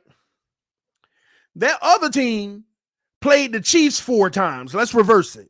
The other team played the Chiefs 4 times and they played the Texans once. They go 3-1 versus the Chiefs. They dominate the Chiefs, but they went 3-1. They did lose 1. And they dominated Houston just like y'all. Just like us. And they 4-1. No. They're no. Let's say they go 2-2 versus the Chiefs. Let's do that. So they 3-2. They're a 3-2 team, and we're a 4-1 team. In y'all mind, the Dolphins are better than them. In y'all mind, our quarterback is better than them because they quarterback put up 280 every game versus the Chiefs. Our quarterback put up 130, but it was only one game. But the other 4 Houston games, he put up 400. So our quarterback got more yards, got more touchdowns, less picks. And we think our quarterback better than that one. That's 3-2, but they done had 4 tough games and only 1 easy one. But we had 4 easy ones and 1 tough one. That's the way we think. We don't evaluate that. We don't say, well, we don't know, but, there are factors that are alarming there. We don't even do that. We just straight up off the rip, 4-1. Our quarterback got 2,000 yards. MVP. This is what we do. And then we complain when later on, this is where we complain. Now, we had the easy schedule at the beginning. They had the hard schedule. They ended up 3-2. Now that the roles reverse, they get the easy schedule. We get the hard one. They win all 5 of their easy ones.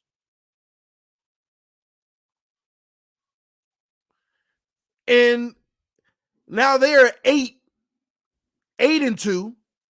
And we go on our hard schedule and we go 1-4. So we go from 4-1 to now 5-5. And then all the stats come down for the quarterback. But since he had Houston early on, they still carry him.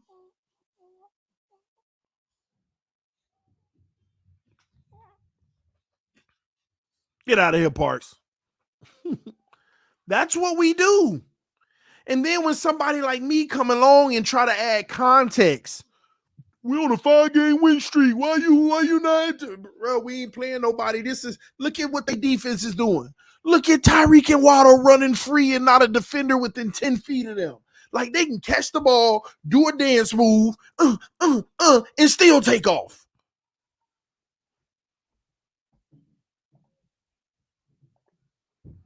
Get out of here, Parks. Watch we win Sunday. Skylar, 22 of 30, 315, 5 TDs. Skylar, all right, coach, I'm ready to lead through the playoffs. McDaniel, all right, 2 of you starting. Yep.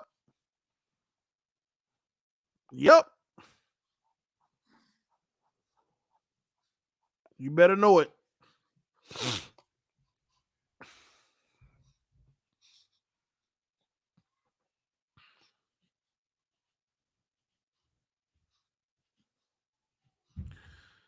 TD, what you talking about? Just say we won all the games we were supposed to and went 2-8 on the close games. That's not true. We were supposed to beat the Chargers. You wouldn't have had a more easier situation versus the Chargers with a depleted team. We were supposed to beat them. We were supposed to beat Green Bay. We beat Green Bay. Truth be told, we beat Green Bay. Our quarterback at the end just said, nah, it's Christmas. Let's be generous now, y'all. We can't take everything. So don't say we beat the teams we were supposed to. We were supposed to beat Green Bay. We were supposed to beat the Chargers. Them two teams weren't better than us. I wasn't supposed to be. No.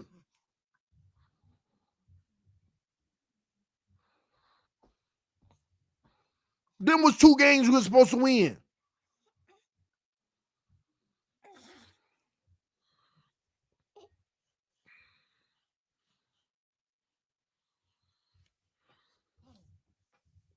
Definitely was supposed to win those games. We were supposed to beat the Patriots. We were supposed to beat the Patriots.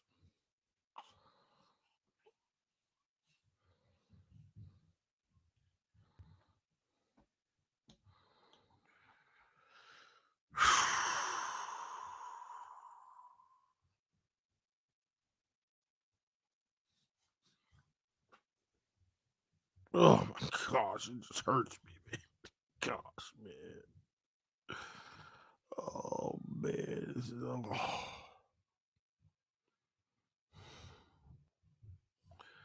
What was your preseason prediction for our record, ladies and gentlemen?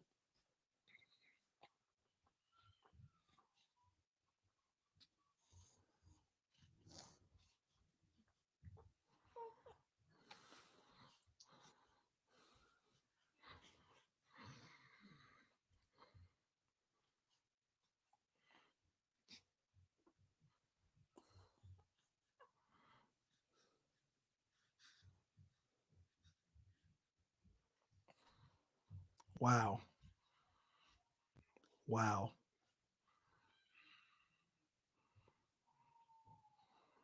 Wow. A lot of wrong people, huh?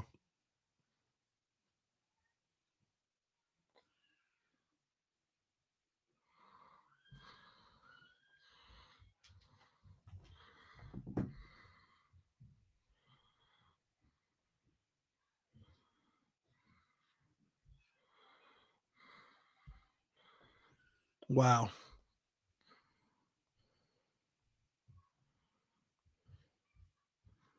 It's crazy.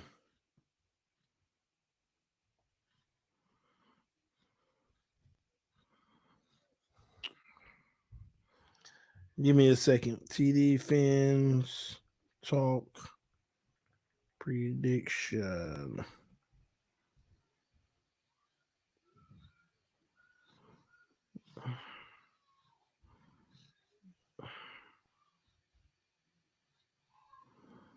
Let me look at it.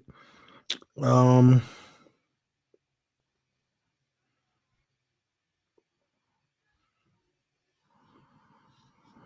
find it later. I'll have to find it later.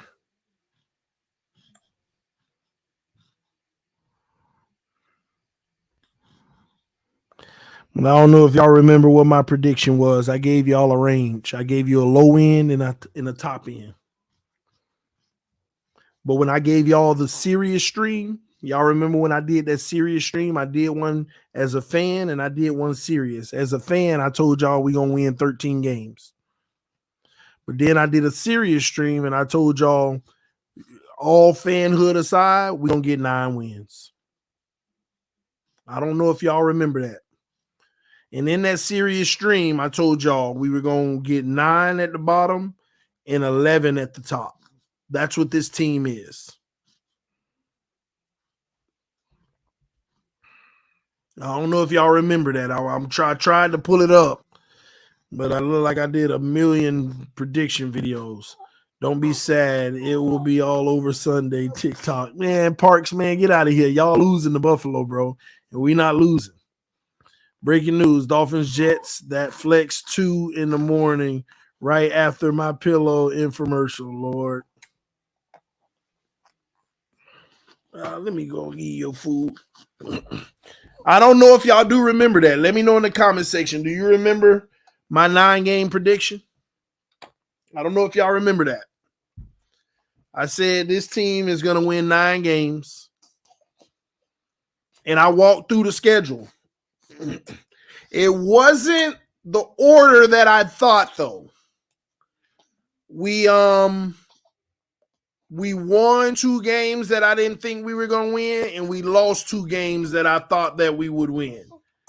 The 2 that we won were early in the season, Baltimore and Buffalo.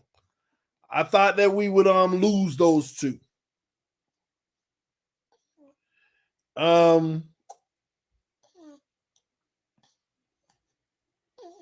And the games that we lost that I thought that we would win was that's crazy that it's ending up this way. It was the Patriots,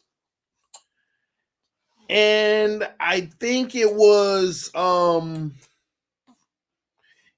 either the Browns or the Chargers. I don't remember which one I said back then.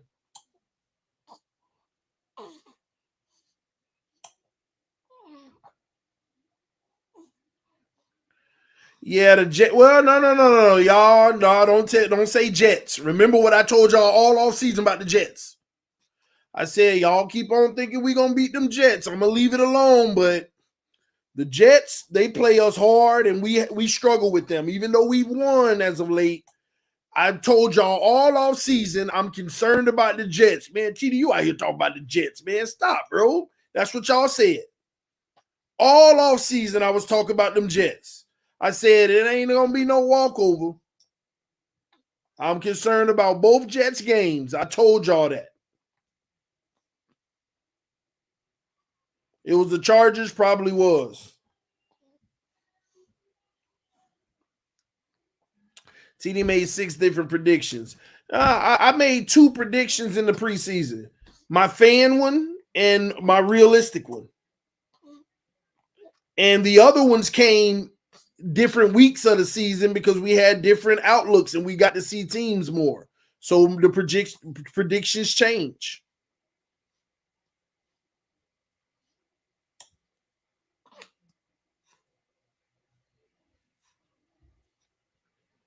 You're right. I did. That was another one. You're right. I did pick Miami to beat Green Bay, hands down. But I kept saying I'm a little concerned about that Christmas Green Bay game.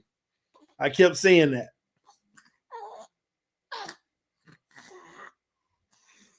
Nah, that was me, TD. You said you ain't worried about them. Oh, the Browns? Yeah, I was saying that. I was actually saying that to pump myself up because we didn't get Deshaun Watson. And I was like, man, we ain't worried about the Browns. He ain't an option no more, so he ain't nothing to me. I don't know if you noticed that. Ever since they traded Deshaun Watson to Cleveland, he ain't a Dolphin no more, so it is what it is. I ain't worrying about him like that. He ain't got a chance to be a Dolphin.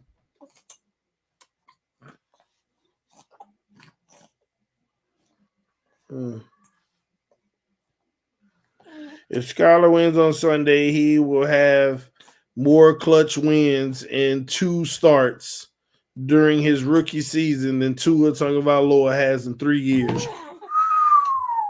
Man, boy, that hit hard. I'm going to have to retweet that. Clump going in on Twitter. And he right. Ain't that crazy?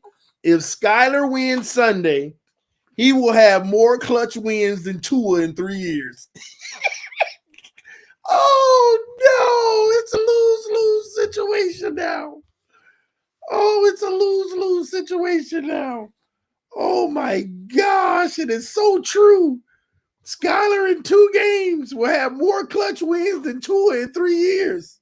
It would be true. No.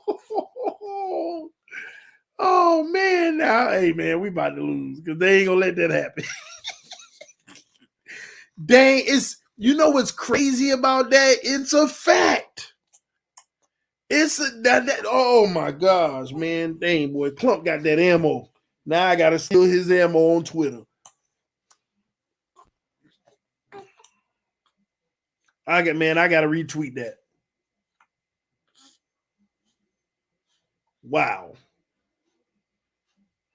Hey, mama. You still hungry or you done? You done? No. Man.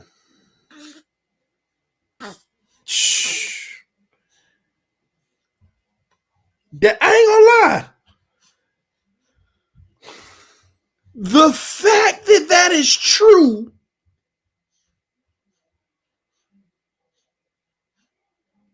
we need a new quarterback.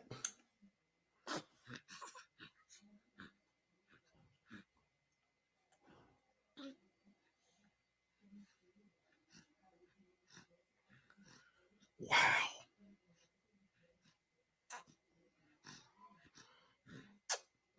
Wow. Mama girl, we gonna get us a real quarterback next year, okay?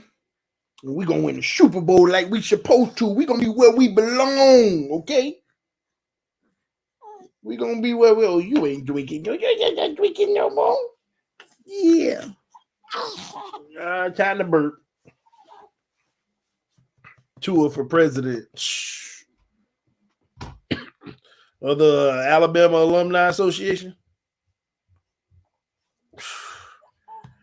Man, that is crazy. Clump gonna DM me that. He gonna send it directly to me. He knew I'd get a kick out of it. Clump knew what time. Clump ain't right. Good burp, mama. Good burp. Good burp. Yeah.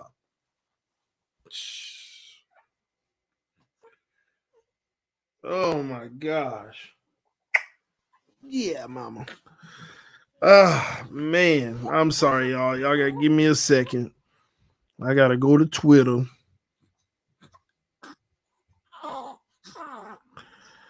I just need to y'all just bear with me. I gotta retweet it. I can't help but do it now.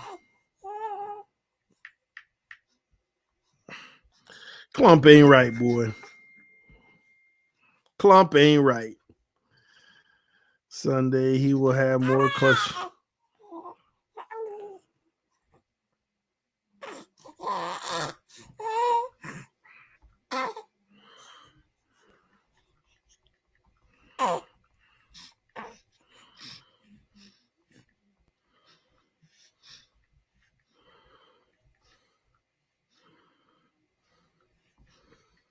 Wow.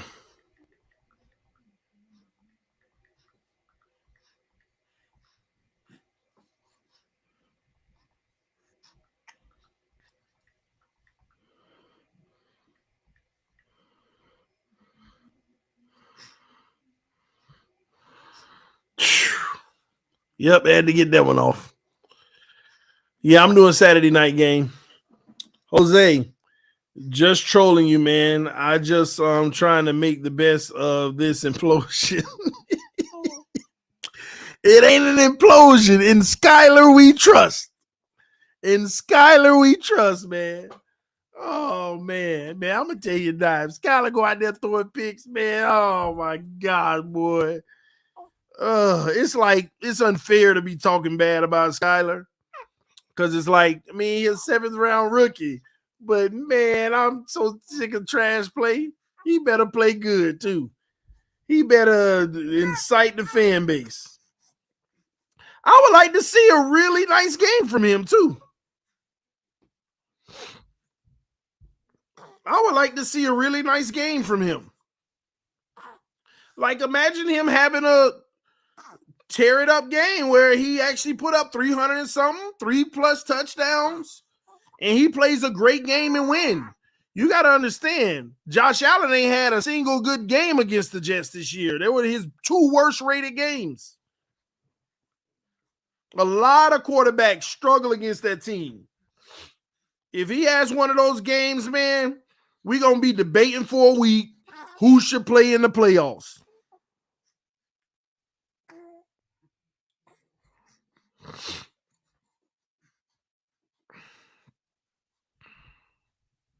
We're going to be debating that crap. We're going to be debating it on Wednesday, and Tua probably ain't even clear protocol yet. It'll be Tuesday. Tua's in the next stage. Ain't even clear yet. Can't practice to Thursday or some crap like that. Minimal practice. And that'll just show you how ridiculously biased this whole season would have been.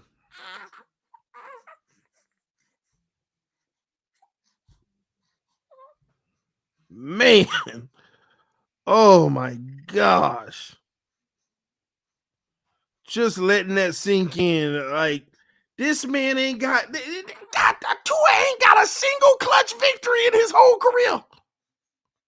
A game that truly mattered down the stretch of the season against a big opponent. Ain't got a single one in 3 years. He got benched and had to be relieved by Fitzpatrick in some of them.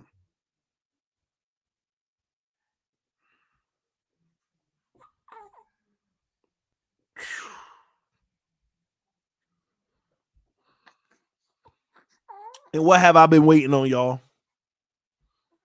What have I been waiting on? I told y'all.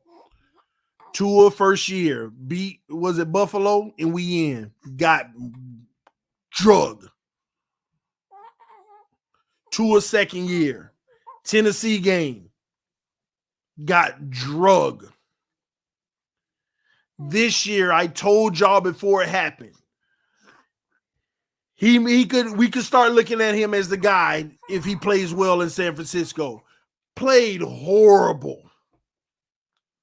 All right, man, we're going to beat the I said, now screw that. He got to beat the Chargers and Buffalo and play well for me to overlook the 49ers. And the Chargers, he going to get that win. He better. Drug, track. And I want y'all to think about every single one of those games, had we won any one of them, we ain't having this conversation right now. We're not having this conversation.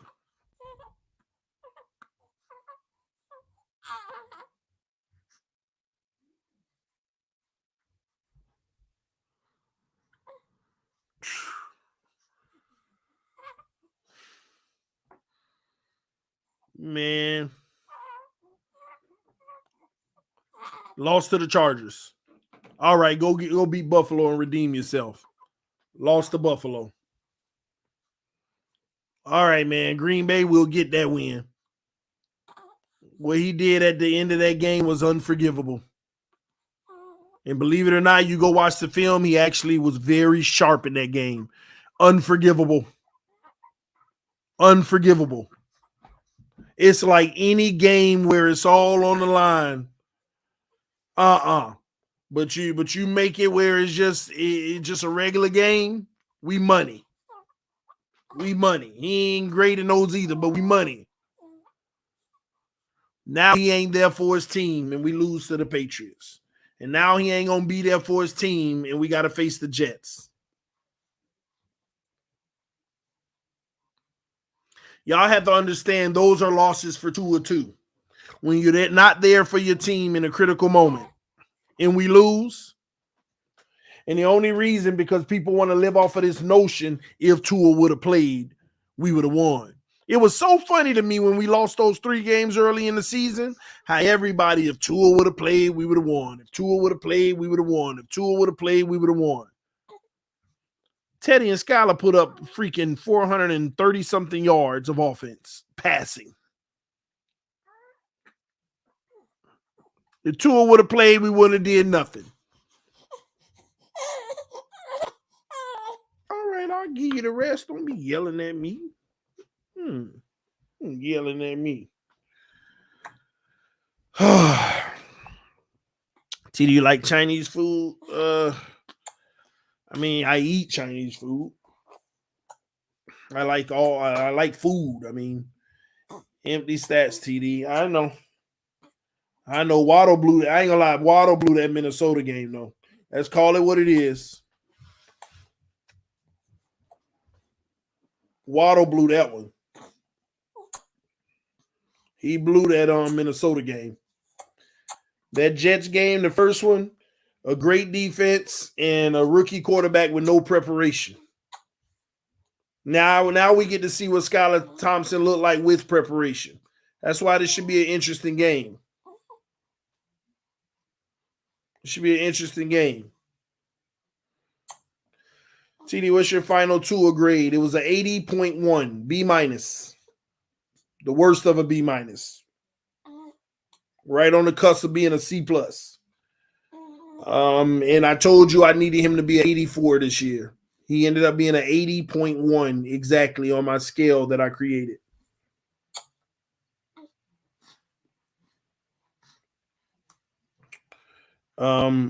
He looked good versus Minnesota. Yeah, it was unfortunate. He prepared for the Minnesota Vikings. And let's be honest, he was ripping the Vikings apart at first. And then he got hurt. He couldn't miss a throw, remember? Skylar was out there 2nd and 30. No problem. There you go. Holding 2nd and 80. I mean, Skylar would look like Skylar looked like the GOAT at the beginning of that game. Then he got hurt. Skylar's young. Give him a game plan, let him prepare. He'll play good football. But no preparation, man. He's young. Guys like that need the preparation until they get more developed to where they can play on the spot. Yes? Okay. Daddy coming now, okay? All right, y'all. Time to get out of here. See, do you like kids? I love my kids. I love kids in general, all right? I'm finna get out of here. Love y'all. Appreciate y'all. Thanks for hanging out. I will be doing those games tomorrow. So y'all come hang out with me, man. Let's watch some playoff football. We got to see if the Chiefs gonna be in the number 1 seed. We got to look at that Titans-Jags game. That's gonna be interesting. Tomorrow's gonna be pretty lit to start it all out. And then y'all know we got Sunday. So love y'all. Appreciate y'all. Thank y'all for tuning in. Skylar time, baby. It is Skylar time. Peace. I'm out.